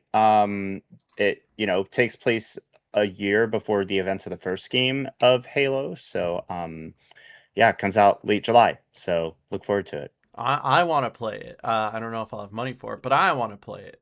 And then they showcased some more Fable, which again looks like it'll be pretty darn good. I don't like it's not a faithful like remake of the original, right? Like, but this is just it's more of a reimagining if I got that right. Because they did a lot of things like they took out the good and evil. Well, maybe they didn't take out the good and evil, but they took out like being good and evil changed your appearance, I think. But dude, Fable is just such a classic from the original Xbox. So it's nice to see it brought to a modern day console with great graphics and your new engine support and all of the tricks that all of these developers have learned over the past 20 years to finally bring it into Oh yeah. something that they can they can finally utilize what is in their imagination and bring it to life in a game like this. Yeah, so some more details. It is a Fable reboot, and we knew that it got delayed to 2027, but now we have that release date. It features Marvel star Haley Atwell as its villain named Isabel. And this is also up for pre-order now. Um, because Atwell pretty much is claiming that she's the only hero that the world of Albion needs. That's she kind of has like a whole monologue essentially in this trailer, which is why she pops up like this so much. Mm-hmm. And then they also teased the Fable's original villain at the very end of this trailer, Jack of Blades, to confirm his involvement as well. And following GTA 6's impact on the industry, they're delaying it until February 23rd, 2027. I was looking forward to seeing more about this game when I was going into the Xbox showcase. So I'm really stoked about it. And yeah, we also learn about like Isabel as well, who is like the character that Haley Atwell plays, right? Mm-hmm. In terms of her being a driven, powerful hero, and being determined to kind of like help out with the plot of the game. So, Dude, and why is they February of also next brought year so stacked? Like, who decided that? yeah, also February is so stacked. That's so true. And the spring. And the spring. Mm-hmm. So uh it's kind of nuts. Yeah, a lot of We these need more games from the January Xbox showcase. games. I know we do need more January games. There were like some January games, but not enough apparently. Not Mm-hmm. enough. Oh, and then we get up to 5 days early access again. Dude, I'm so Yeah, I was over gonna it. say this one. I was just about to say this one also has the premium and collector's edition. $20 for 5 days early is not enough, but FOMO surely is, especially when it comes to something like what you and I do, where if you don't get that 5 days early, like can I just like go on a mini rant about content real quick? If you were like trying to be a content creator when it comes to modern day games, like if you want to be a content creator for like a live service game or whatever that's constantly going, sure, whatever, hop in, do your thing. If you're doing it for older games, you could just do it whenever. Go back, play Kingdom Hearts and make a video about it right now. But if you're trying to keep up with modern games, there is like a rat race where like the 2 most viewed videos are going to be the ones that are first and the ones that are the best. And if you don't want to take the time to be the one that's the best, you got to be the one that's first. And you're not going to be the one that's first if you're not getting early access or you're not getting early copies or whatever it happens to be. So when you're somebody like me or Michael, I don't know, Michael gets a lot of free games. So if you're somebody like me who is like, I got to pay for this game, like I did with Lego Batman, I didn't get that early. Right. I didn't pay for the extra I thing to also get have it not gotten early. Lego Batman. Dude, they never got Yeah. back to me. I don't know what it is. That's neither here or there. But it's like when it comes down to it, you miss out. And this is just like a first world problem. I know it's a first world problem, but like you miss out on being able to showcase all of these things from your perspective or your reactions because everybody else has already talked about it 10 times over because they got the game early because they paid the extra $20, you know? So it's like if you want to be able to like at least have a leg up, you have to get the early copy, you have to pay the extra money and then you can make the early content. But all of this to say it doesn't really matter as long as you make good content. So I still think that they shouldn't have the 5-day early access just for the modern gamer, because FOMO is disgusting, and I hate how much FOMO sells, and it's manipulative. But like, as a content creator, it's like, I want to be able to experience things firsthand, and now all of these other content creators are posting their like things, and now I'm like, oh well, now I don't get to have my reaction to that because somebody else did it first, and now I know about it, you know. And yeah, I still make do though. My Lego Batman stuff is doing okay, I will say. So Hey, that's good. make good content and it won't matter. What else was there from the Xbox game showcase? Did we cover all of it? The I Gears think? of War, Oh no, because like duh, that's Gears kind of of their War. big thing is hey guys, Gears of War. Yep. Now, I'm not the biggest Gears of War guy, but I acknowledge how big of an announcement this was for Gears of War fans. Yeah, not only did they do a separate direct after the Xbox showcase for Gears of War E-Day, they actually opened the Xbox showcase with this, with Gears of War. So Mhm. they literally gave not just the whole buffet, they gave the entire city's food supply to all the fans. Like, they went nuts for Gears of War, and it is coming out in early October. So, I mean, again, I didn't really have a big Gears of War experience growing up. My friends did, so they were always telling me how good it was, because I had my Xbox 360 and I was like, guys, hop on COD. And they're like, we're playing Gears. And I'm like, so? And they're like, dude, get Gears. And I never understood it at the time, but having grown up and more matured and understanding of the gaming industry and good gaming art, like Gears of War is one of those franchises that there's a reason it had such an impact and continues to go to this day. And so shout out Gears of War for continuing to do what they do and providing excellence as well as high level gameplay and experiences for the Gears of War community. The Gears of War community eating good. Look at this. I'm just saying words. It sounds like a word salad, I know, but like, hey, it's true. That's how I feel, okay? It looks good though. Shout out Yeah, Gears of War. I haven't gotten into Gears of War, but I knew a lot of people around me were super excited. The other really big thing about this one was that it is an Xbox console exclusive, which was a Mm-hmm. huge deal when they were starting the showcase with this.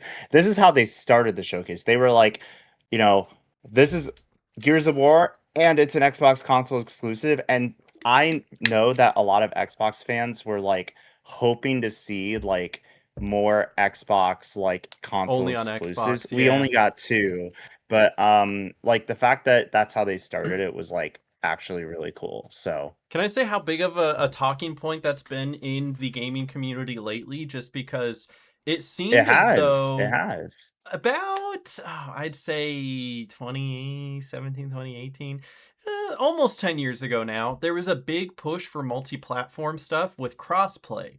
Crossplay was a big contributor to this, like, it doesn't matter where you play, we can all play together kind of vibe, where you saw games like Call of Duty and Fortnite and whatever happens to be have crossplay with their integrated accounts and stuff like that. And I think crossplay is phenomenal for multiplayer games, and that's really good, and I'm glad that that's staying. But it kind of leaked into single player games, where you started seeing like Xbox stopped doing exclusives. Like almost altogether. Almost anything Xbox made was released everywhere. And then you even saw PlayStation. Nobody thought PlayStation would be the one to start like letting things drift into other consoles and other platforms, but like PlayStation games started coming to PC, and people are like, dude, these are PlayStation games. This is why I buy a PlayStation. If I'm not gonna, if it's not gonna be only on PlayStation, why am I even playing it? And even the same thing goes with the fact that why would I upgrade to a PS5 if all of the games are also on PS4? And there was no such thing as exclusivity anymore, and exclusivity was a dying breed. And it's only within the past year that we saw that take a completely 180. PlayStation said, like, from here on out, there will be no more PlayStation exclusives coming to PC. PlayStation games will stay on PlayStation. And now Xbox is coming out with, hey, we're gonna put more love into the Xbox. The Xbox is our baby, and we should have been treating it that way. Here's a new Gears game. Here's a new, what was the other one? Clockwork, which is an exclusive. And let's get Xbox back to its former glory. So it's interesting how single players almost followed that same shift where it's all like, yeah, we'll just release everything everywhere, and back to like, well, this is our pride and joy. Let's make games for our pride and joy. Yeah, and I mean that's because it's almost like this balancing act I'm noticing between like, okay, we should have our console exclusives, but we're also going to still showcase stuff in our showcase that is also going to be widely available on multiple platforms, and it's all going to like work together that way. But the gamers really love the console exclusives. They so. do, because some people are fans of the consoles, not just the games. And Nintendo is capitalized off of that. Nintendo never drifted away from Mario stays on Nintendo, Donkey Kong stays on Nintendo, Legend of Zelda stays on Nintendo, Kirby stays on Nintendo. Like Nintendo is like, I'm in my own little world and I'm loving it. Speaking of Nintendo, let's take a quick look at that Nintendo Direct, eh? So There were some bangers. I'm gonna skip over the big things and kind of go over the little things. And when I say go over the little things, I mean we'll just kind of. Oh man, what's happening? I'm just giving my own personal lens because I was waiting for my flight home from Summer Game Fest in the airport while this Nintendo Direct was happening. So sad. I know everyone wanted me to like react to it on stream, but obviously I couldn't. I did watch it though on my laptop while I was waiting for my flight, and I kind of joined in the first few minutes. So we were getting through some of the smaller stuff. What were some of the things that stood out to you as Besides the Nintendo Direct was going underway? I like the new Joy-Con colors. I do too. I mean, that's a little thing, but I do. It's stupid. I know, but they're cute. No, the blue and light yellow. It's not stupid. It ties into a bigger announcement of Splatoon Raiders, which is a single-player Splatoon game, and they had a lot to talk about with that. I would consider Fire Emblems. Yeah, no, Fire Emblem is a big one. I mean, it's not like the biggest thing, but like of all the Nintendo exclusives, Fire Emblem is still a Nintendo exclusive. So there is a fan of Fire Emblem, Fire Emblem fans out there, and to see a new Fire Emblem is good. People like their Fire Emblem. There was the Nintendo Switch Sports going to Switch 2 with like new sports, including thumb wrestling. Yes, it is. It is the Nintendo Switch Sports Resort. And I know what you're gonna say about thumb wrestling. It is he lost thumb wrestling. He got up there and he's like, "This is how you thumb wrestle," and then he got whooped by the computer. And I'm not gonna show the GIF where it just shows his face and not him actually playing the game, because then he's just like, and it looks really bad. But no, it was very funny that they added thumb wrestling of all things. But there's some cool stuff like archery. It's a new sport.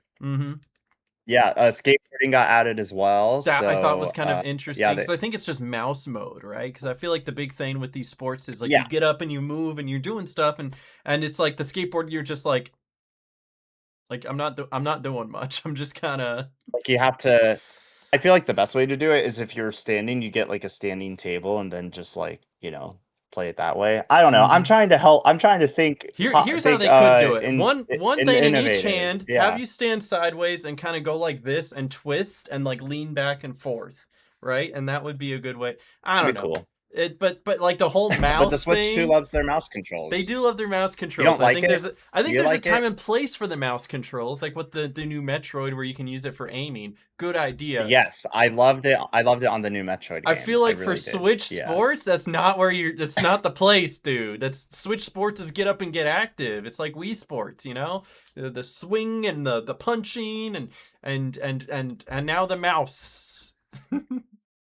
Yep, they got tennis and volleyball and table tennis. Like, they brought back some iconic Woohoo Island like Wii Sports Resorts games, which I'm excited about. Golfing chat was going and crazy bowling for this is always one. going to be my baby, always. Yeah, and then we got golfing, and it comes out October 22nd. So yeah, I'm so ready for this one. I'm looking forward to it. All right, then we've got Pacopia getting a free update, so that's pretty cool, right? You can't play Winds and Waves right now, but that's all right because you got some Pacopia news. Yeah, so I'll go over what the news is here with Bacopia. So they have added the free update coming soon with a newly added move called Dive, which allows you to explore underwater, which you could not do Wow. previously. Reno's very excited about that. You excited for Pacopia? There he goes. Yeah. He's got to So tell the world. so this will be available to all Pokemon Pocopia players in August. However, that's not all. That's not all. In addition to the free update, the free DLC, there is also the Pocopia Expansion Pass paid DLC, and that is going to Ooh. be available for purchase starting today, which brings in new towns. So Dive is part of the free update, Mm-hmm. and then the Expansion Pass is going to bring in different parts as part of the. It's kind of like, similar structure to the Mario Kart 8 Deluxe DLC. So part 1 is also available in August. It is the Bubbly Basin underwater town that you can go explore with new Pokemon and ocean themed furniture. And then part 2 of the expansion pass will be scheduled for late 2026, and we'll add new additional features. And then part 3 is the final part, and it will include another new town that they are developing. And yeah, on top of all of those 3 parts of the expansion pass, you also get a recipe for dynamic ditto print blocks and wallpaper, and then 30 rare Pokemetal ingots. So loads of new content already planned for Pokemon Pocopia, especially after the hype of the game when it was first like being talked about and released.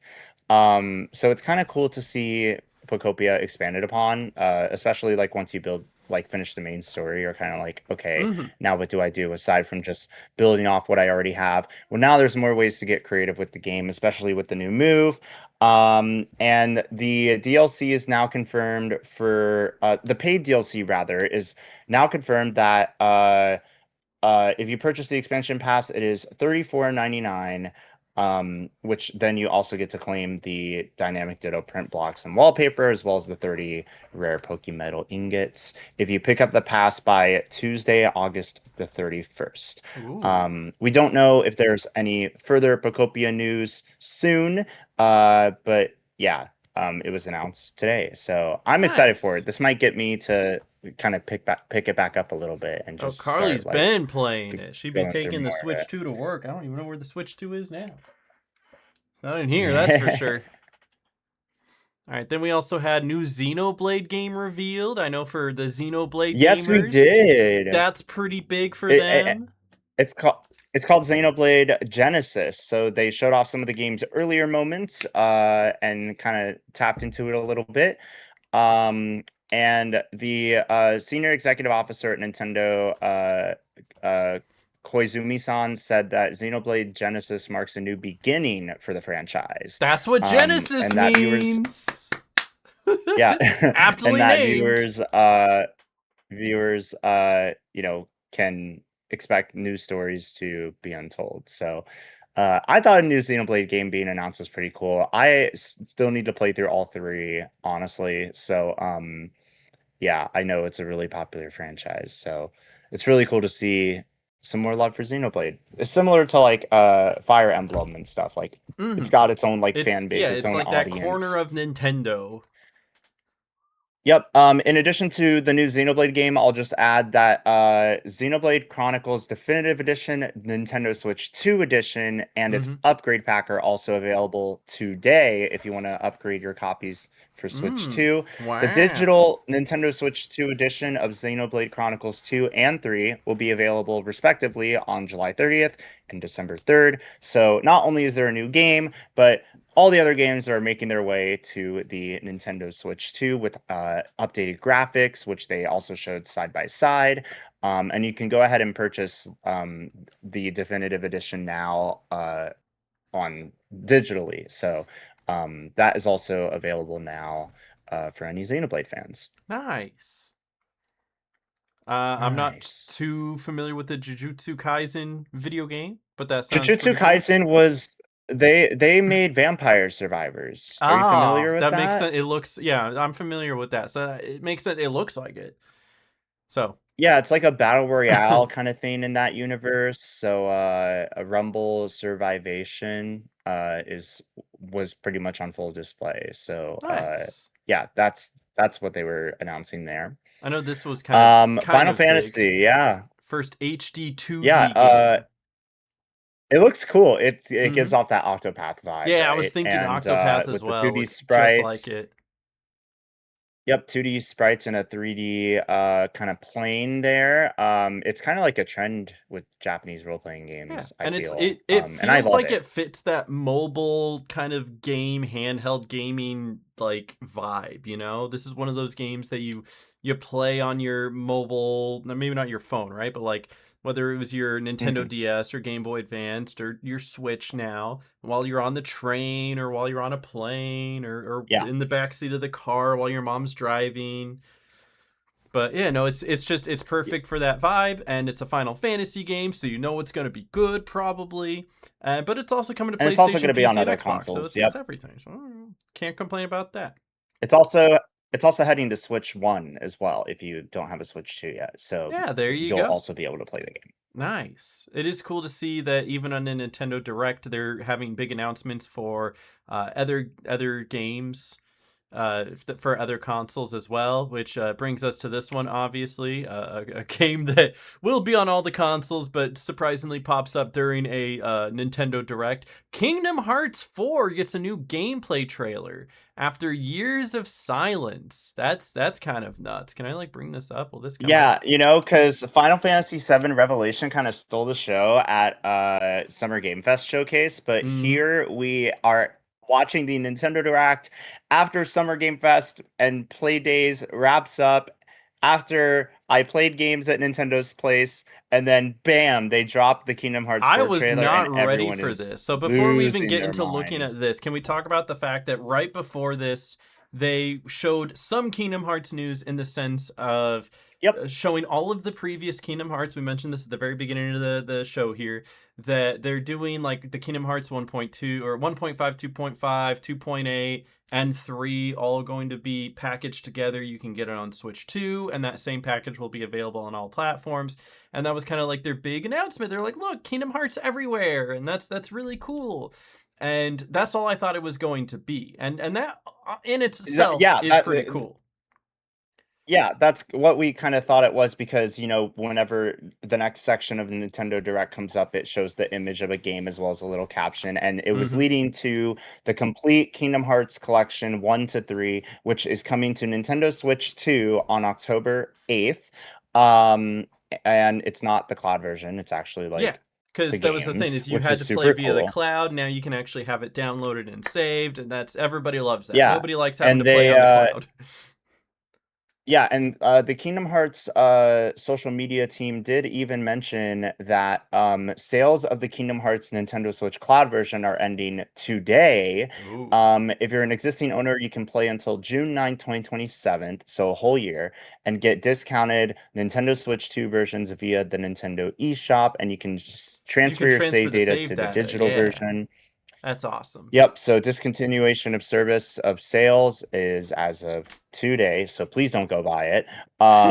Yeah. So please don't. But do get the collection. There was even some custom like key art that they showed with all 3 different Soras, which was really cool. Some people are calling that And this will AI, by be. the way. It's not, but like I see where they're Oh, it's coming from. because Donald has 5 fingers on one of his gloves, I think. Ooh, is That's that what it why. is?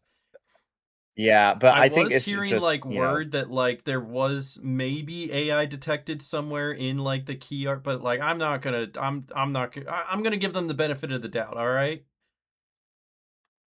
yeah, I personally don't know. If like the artwork just looks like how I would expect it to. Yeah, I mean like that's just But what Kingdom Hearts artwork looks like. That's the style. yeah, I do feel like it's Nomura's work, but there's a lot of people that are like speculating that maybe it's Mm-hmm. like AI, but That's the literally the internet. entire The Twitch chat, thing the is entire that like Nintendo Direct. everything has AI nowadays, so you have to be like on guard that anything could be AI nowadays. So even when something's not, there's going to be fingers pointed at it being all like AI, just Yeah, because maybe an artist made a yeah. mistake, or because the way that it looks is too similar to other styles that AI copies. And it's a shame, but it is what it is. It's the world we live in. Yeah. So yeah, I mean the art looks great. I I kind of like it. hope I it's think not it looks AI. good. I hope it's Numero's art. It looks like it is, but Mm-hmm. I don't have confirmation on that. So there's the collection, and then there's also individual titles as well. So you can You can buy one pre-order of them Kingdom or Hearts not the 1.5, other. 2.5, Mm-hmm. 2.8, and then 3 plus Remind DLC, also on October 8th. And they are mentioning that the physical PlayStation 5 version will require a 1-day download, as not all data fits on the disc, for both the collection and the for the collection. So there's a lot of Understandable. data It's a big that game. comes with it. Yeah. A lot of games. And then and also in the trailers that are posted online for the collection edition, they did reveal a 25th anniversary Kingdom Hearts logo, which is Ooh. really exciting because we can start to expect, hopefully in the next year, some pretty exciting news for Kingdom Hearts. We finally can set aside our clown masks, which is super Mm-hmm. cool. Um, so I'm really stoked that we're here, 25 years of Kingdom Hearts. I hope it's special. I hope they do some big fan events for it.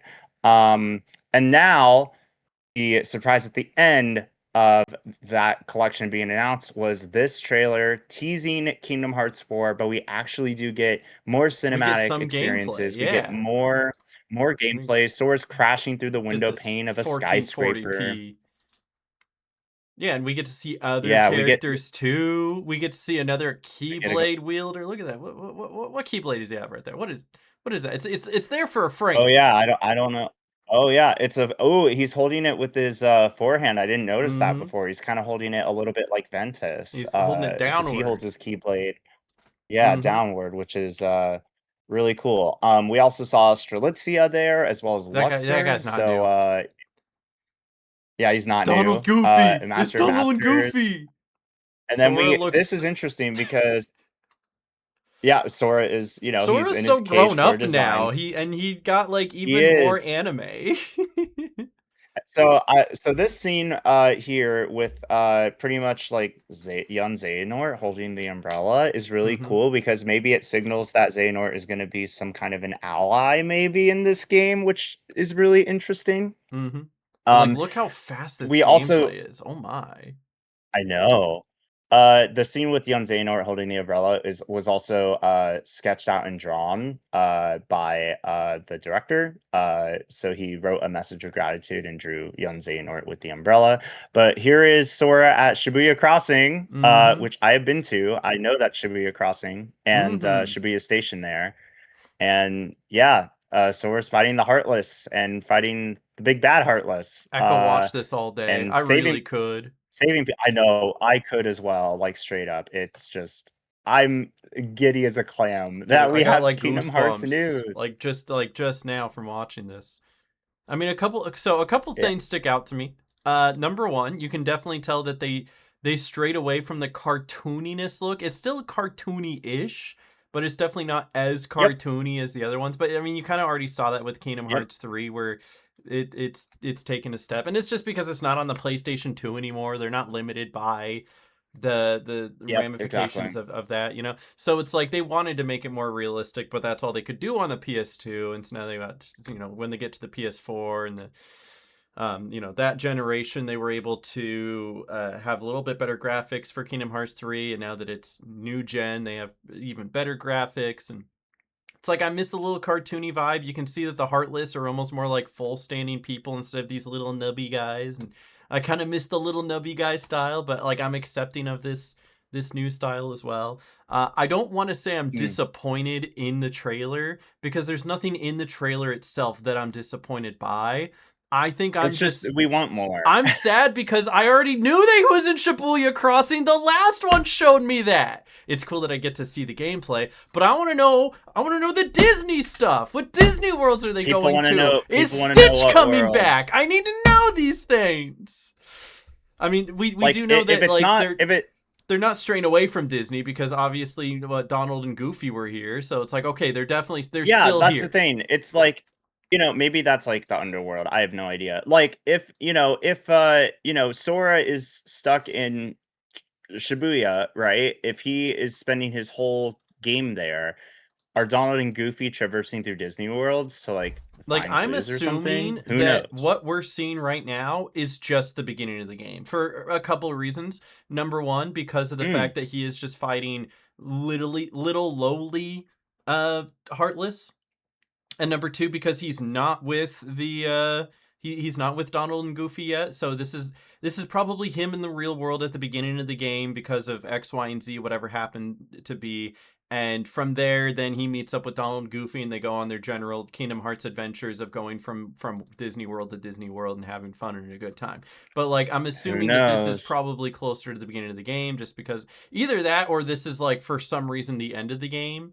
But this is definitely like not what the core game is going to be about. You can tell they very much cherry picked this scene and this scene specifically to kind of just showcase gameplay features. Of course they do. And if you've seen enough video games, you know that's just kind of what they do.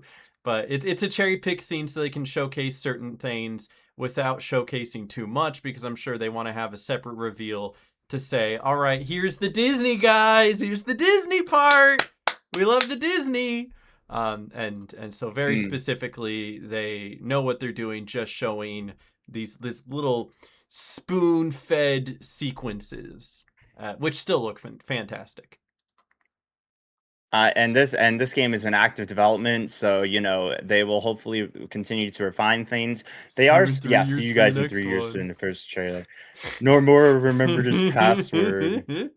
Yeah, I will say, like, we do know that Unreal Engine 6 got teased by Epic Games at one of the Rocket League events, but I assume that they're going to continue to develop this game out in Unreal Engine 5, yeah. and it still looks great. Because we're looking at the realistic world of Quadratum that was named at Kingdom Hearts 3 Remind DLC. Spoilers, kind of, not really.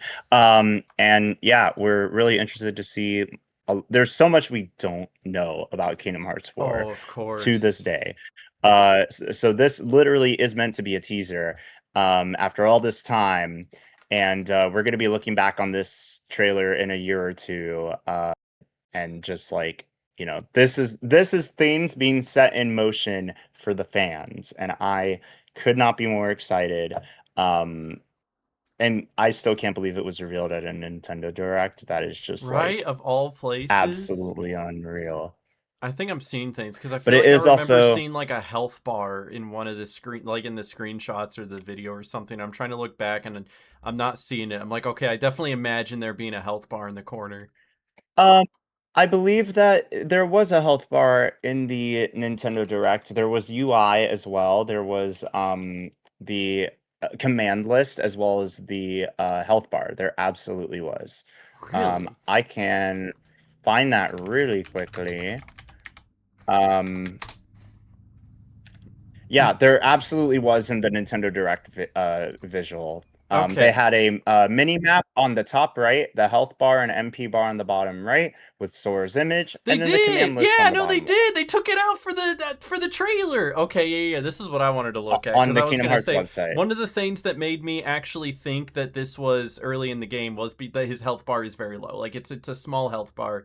It's not very big. This has got to be the beginning of the game, right? But yeah, no, like they why isn't this in the trailer? This is what I want to see, man. Give me this like flowing edge lava slash volcanic whatever. This is awesome, dude. They never take this out of a trailer ever again, okay? Oh, yeah, I could actually go back to maybe the original. It was just because it was posted on the Kingdom Hearts. Yeah, I don't know. And yeah, there is like the mini map as well, so Yeah, okay, so this is definitely, it's reaffirming my suspicion of this is probably early in the game. But I mean, again, this is probably just a demo, and they can set the health to whatever they want in a demo. And they don't have the full game done, so it wouldn't make sense. But still, it looks very good. Okay, it looks great. And there's even a question mark down here. He doesn't have his summon yet. It's early in the game, I'm telling you. I It has am nothing to do with the fact that it's probably just a demo they created for this section only. the trailers I get hyped for during these gaming showcases are things like Kingdom Hearts. When we Mm-hmm. get crumbs of information and we get fed well as fans, Mm-hmm. I'm there. And then you want to talk about And the last speaking of thing? being fed well, Mm-hmm.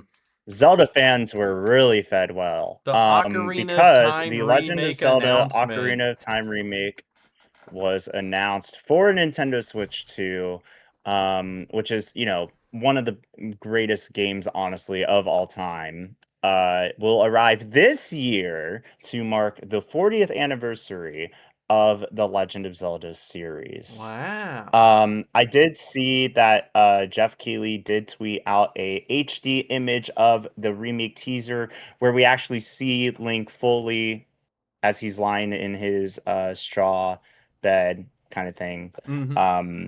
So we do have that image as well. Um, and it looks great. And we see in the teaser the Triforce appearing on his front palm hand, whatever you call that. Yeah. And it looks really cool. So this did not have much to show, but the announcement itself is incredibly hype. Mm-hmm. And the fact that they had one more thing after Kingdom Hearts 4 and it was was nuts. So I mean, there were rumors and like everybody kind of anticipated this was coming, but even still, it's yeah. nice to know that it's real because this is easily one of the best Nintendo games of all time, just flat out. It's a staple. It's probably the Legend of Zelda that got people to love Legend of Zelda. And it is like the Breath of the Wild of the Nintendo 64. That's how I'll put it. So if you know anything about modern gaming, that's what it was for us back in like the 90s. No, but seriously, I need to go back and play the original. I've played some of the original. I never got to beat it all the way through, but now I definitely have to so that I can go play this and enjoy this to the fullest extent, you know? I'm looking forward to this. Mm-hmm. I can't wait. Huge announcement there. Again, not a lot of like anything that we can go and dissect and be like, here's all the little hints and details, but also it's going to be Legend of Zelda Ocarina of Time remake. So if you play the original, you probably get a good idea of what most of this is going to encompass. So, but yeah, that's just about every huge announcement from the past week of announcements, minus the PlayStation State of Play, because that's what we did last time. But yeah, we've already been sitting here talking about it just for 2 hours. Like, that's a lot. Yeah, I mean, I think that's a testament to the fact that so many people have mentioned that this is quite possibly one of the best Summer Game Fest weekends that we've had this since, is the most full I've felt from video games. Yeah, and I mean that's a big statement given that like E3 kind of like fell apart and we've kind of been waiting for like those like same feelings to kind of resurface for a long time, and I feel like this was one of those summers where like things are really exciting. Like anyone who didn't think this was hype to. hates video games. I'm just gonna say it.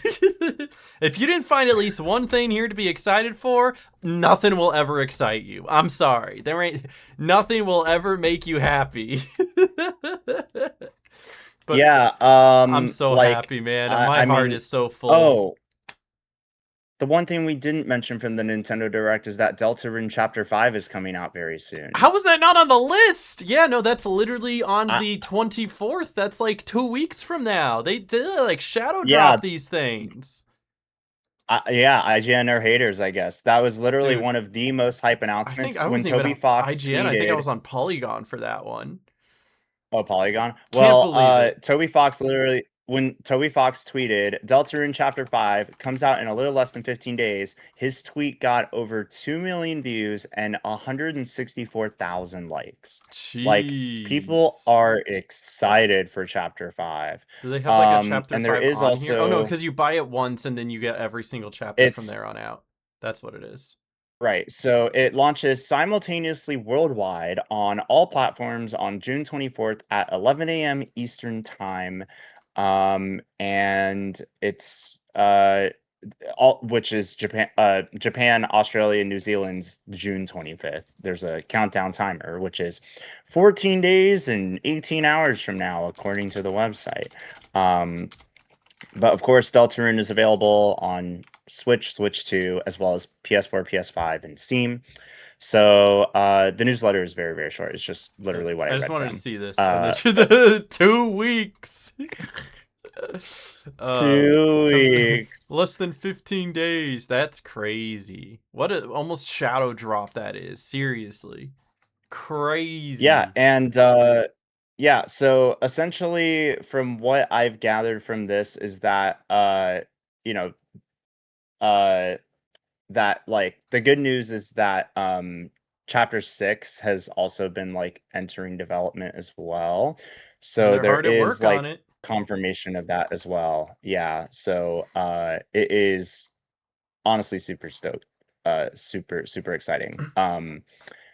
There's a lot more information you can look up on that if you would like to, but I wanted to make sure we mentioned that because that was a really big one. It is a I really don't think big we one. would I mean, live with ourselves if I don't we need to go back and play you the know. old ones, but maybe I should go back and play the old ones in preparation for the new one. Because this is about the same time the new one came out last year, right? I believe so. Mm-hmm. Yeah. I I love that, of all tweets I find a quote tweet from Tumblr of, Deltarune Chapter 5 launching on June 24th, and it's an image of one of the characters, on Tomodachi Life, and it says, "We interrupt you to bring you some breaking news." It's so good. Oh, it's so good. So Man. Deltarune, definitely gonna have to play that when it comes out. Two weeks from Wednesday. Hey, you can play chapters 1 to 4 to get ready for it Sure if can. you're excited for it. Mm-hmm. Definitely But gonna have a no, full this June summer then. I mean, this summer was insane for games. Mm-hmm. Deltarune, Spyro, we had Resident Evil, God of War from State of Play, right? Mm-hmm. Rayman Legends, Wolverine. I don't know what else was there. Final Fantasy, Kingdom Hearts, Anything Cuphead, and Monster everything Hunter under Wild, the Zelda. sun. Holy. I'm I gonna mean, have it to kind make of a does bring me back list. to the old days of E3. Like, it Mm-hmm. really kind of does. Like, there's so much content to like go over, and you're gonna see a lot of people talk about a lot of these games over the next few months. So Mm-hmm. I get can't ready. wait to make a list of each one of these games, their release date, and how much they're gonna cost, and realize that I have to go $2,000 in debt to play them all.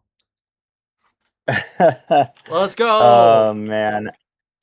Yeah, the only other thing to mention was that after the Nintendo Direct, Nintendo did their Treehouse Live event, Mm-hmm. which is pretty typical of them to do, especially as of like the E3 days that they were doing these Nintendo Directs. Yep. They did hands-on gameplay of Star Fox, And that comes out soon. Splatoon Raiders. Mm-hmm. Yeah, Star Fox and Splatoon Raiders, as well as another game that was also announced at the Nintendo Direct that wasn't on that article, which was Rhythm Heaven Groove. I think that was Oh. actually the first announcement of the Nintendo Direct. I know a couple Um, people who are excited for that one. yeah, I love rhythm games. So Rhythm Heaven Groove takes over 80 games in single player or for friends, so multiplayer, Mm. with over 30 co-op and competitive rhythm games in that mix. And that game comes out July 2nd, which is less than a month away. So it's not a fall release. It is Wow. literally right around the corner. A lot of things just And suddenly popping up. yeah, so I wanted to make sure that that was mentioned Mm-hmm. because yeah, I would say like yeah, that oh, and Ninjala too. Are you familiar with Ninjala? Nope. No No. idea. Okay. Ninjala, they had a game on Switch as well, and now the franchise, the series is back. It's their first ever open world game coming next year on Switch. It's called Ninjala 2: The Uncharted Planet in the Spring. And there's, you know, same thing, single player, 4-player boss fights. You name it. They did also just announce that it's going to be the first playable demo is going to be at Anime Expo July 2nd to 5th in Los Angeles. So if Nice. anyone is going there, then you can check it out. I think that Ninjala is one of those games that can be super slept on. They do also have like an anime, so um, it's pretty cool. So I do have one are you more looking thing I up want to. the trailer for that one? No, I have one more thing to tack Oh, on because I forgot to mention it. Did you know that the Little Nightmares 3 DLC, their first DLC, comes out this Friday?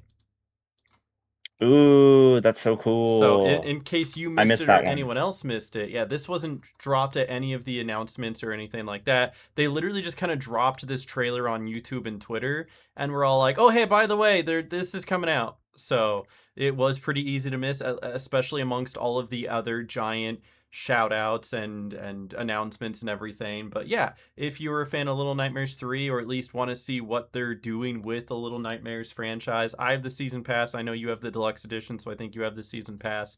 This is something we could do theoretically. So, hey, if you're looking for something to do this Friday or next week or whatnot, I don't know how long it's going to be, but it is something I was really interested in looking into because I have been all over the Little Nightmares franchise and everything ever since its inception. So shout out Little Nightmares. They got this new Right. DLC. It looks like it is pretty puzzle heavy. There's also this new character with this colander on his head.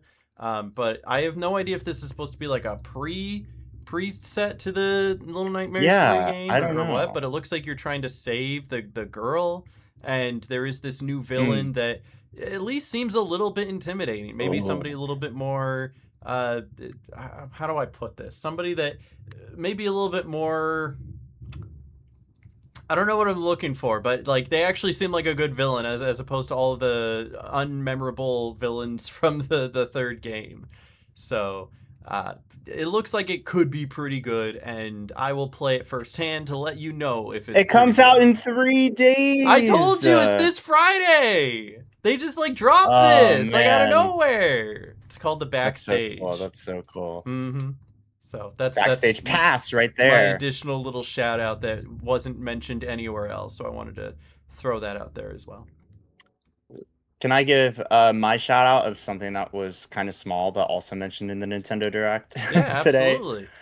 Uh, I want to shout out Hello Kitty Party Land. That also got announced at the Nintendo Direct by Can I tell you, I Bandai, saw it and pop up and I was like, oh, and then I looked back at my phone.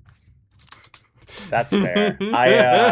Nah, I'm I'm pretty like I'm a sucker for party games. I always have been, and this one looks pretty fun. 45 games featuring your favorite Sanrio characters, and yeah, Is I it like a Mario the game Party looks game, but super it's cool. like, so it's literally Hello Kitty Mario Party? What do you know? It is Pretty Hello much. Kitty like mini game Mario Party esque. I think it looks cute, okay? It does look cute. I'll give you Look, that. it's got baseball. Look, Look, and you he likes spin it. the Yeah, you don't no, spin look, the cause dice, you they spin spin the the flower. flower. Yeah, that's cute. Aw. I mean, come on. The games actually look adorable.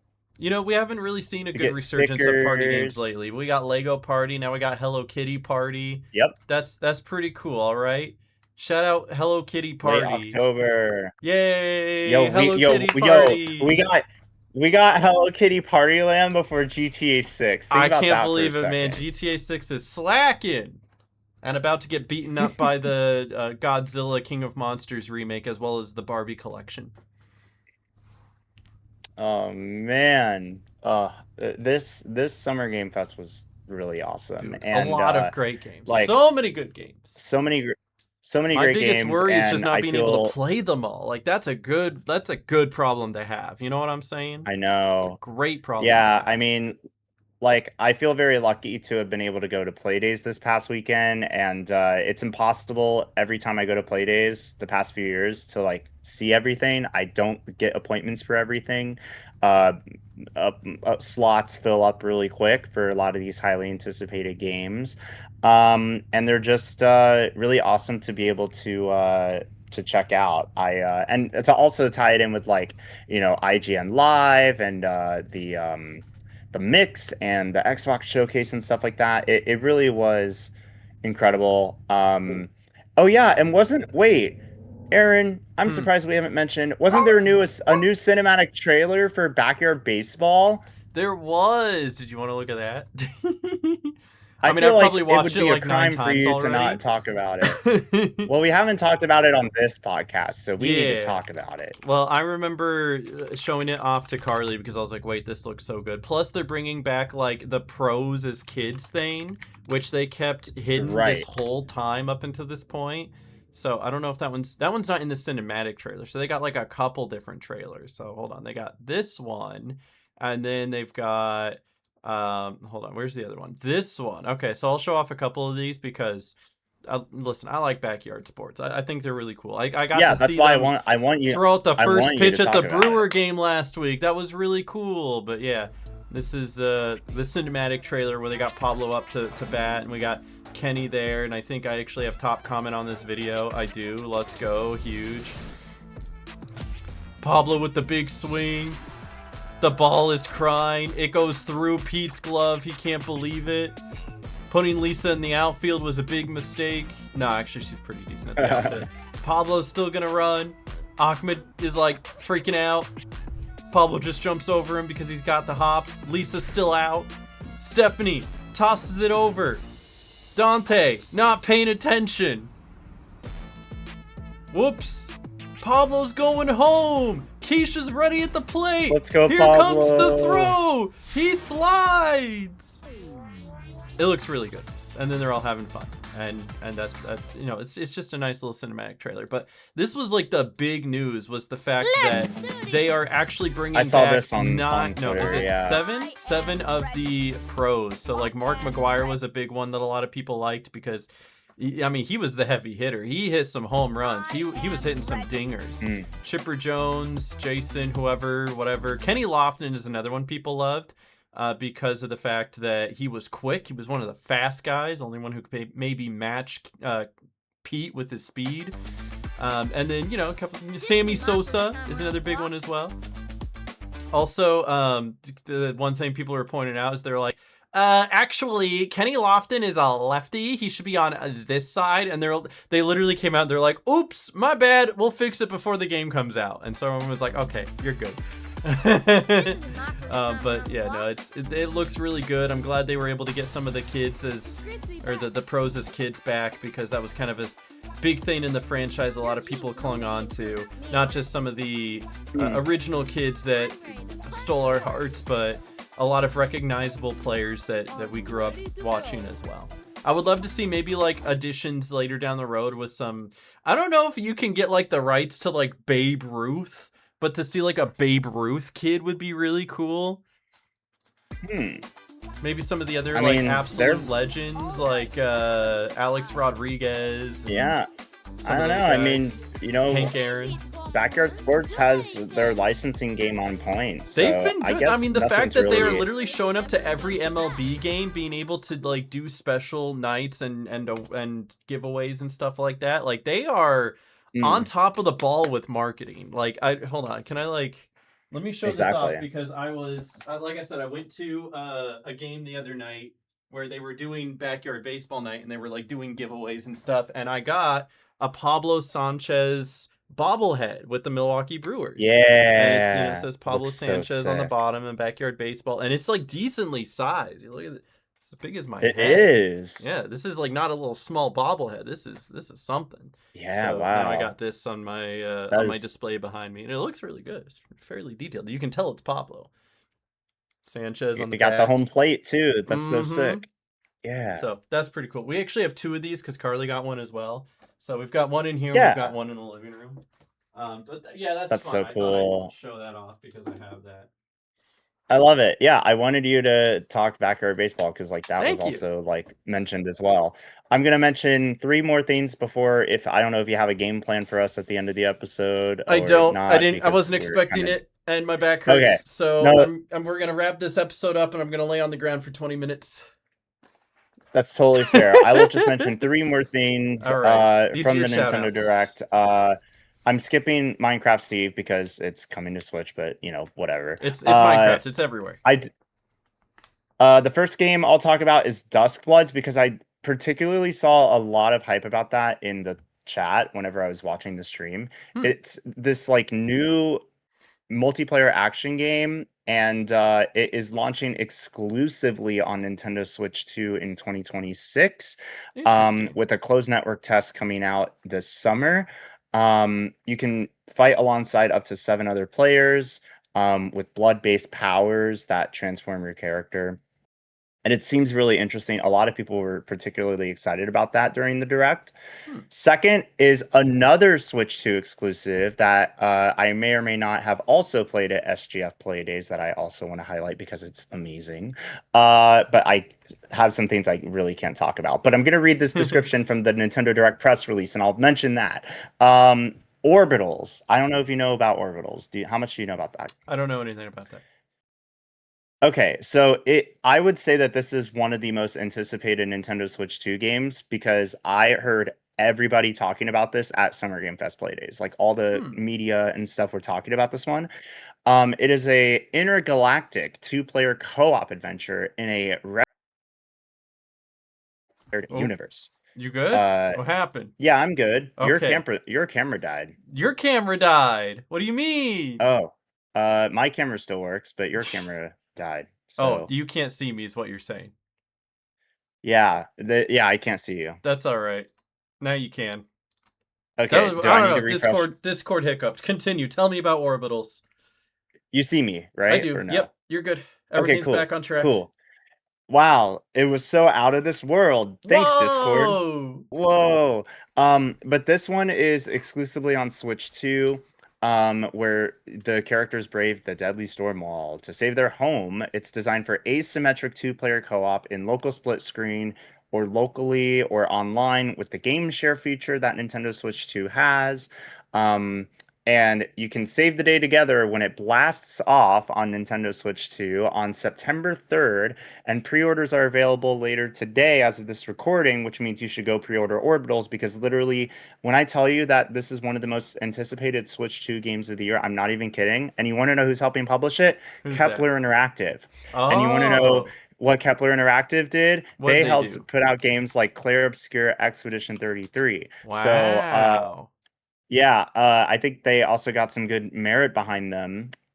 So I would highly recommend, if there's a game that I shot out today, I would highly recommend. Oh, you know what? I did kind of see this. Yeah. You know what? I have seen this. Now that I look at it, I'm like, okay, yeah, no, this is that's that old school anime game. It looks like a 90s anime. Like that old Dragon Ball Z style. Okay. Yeah.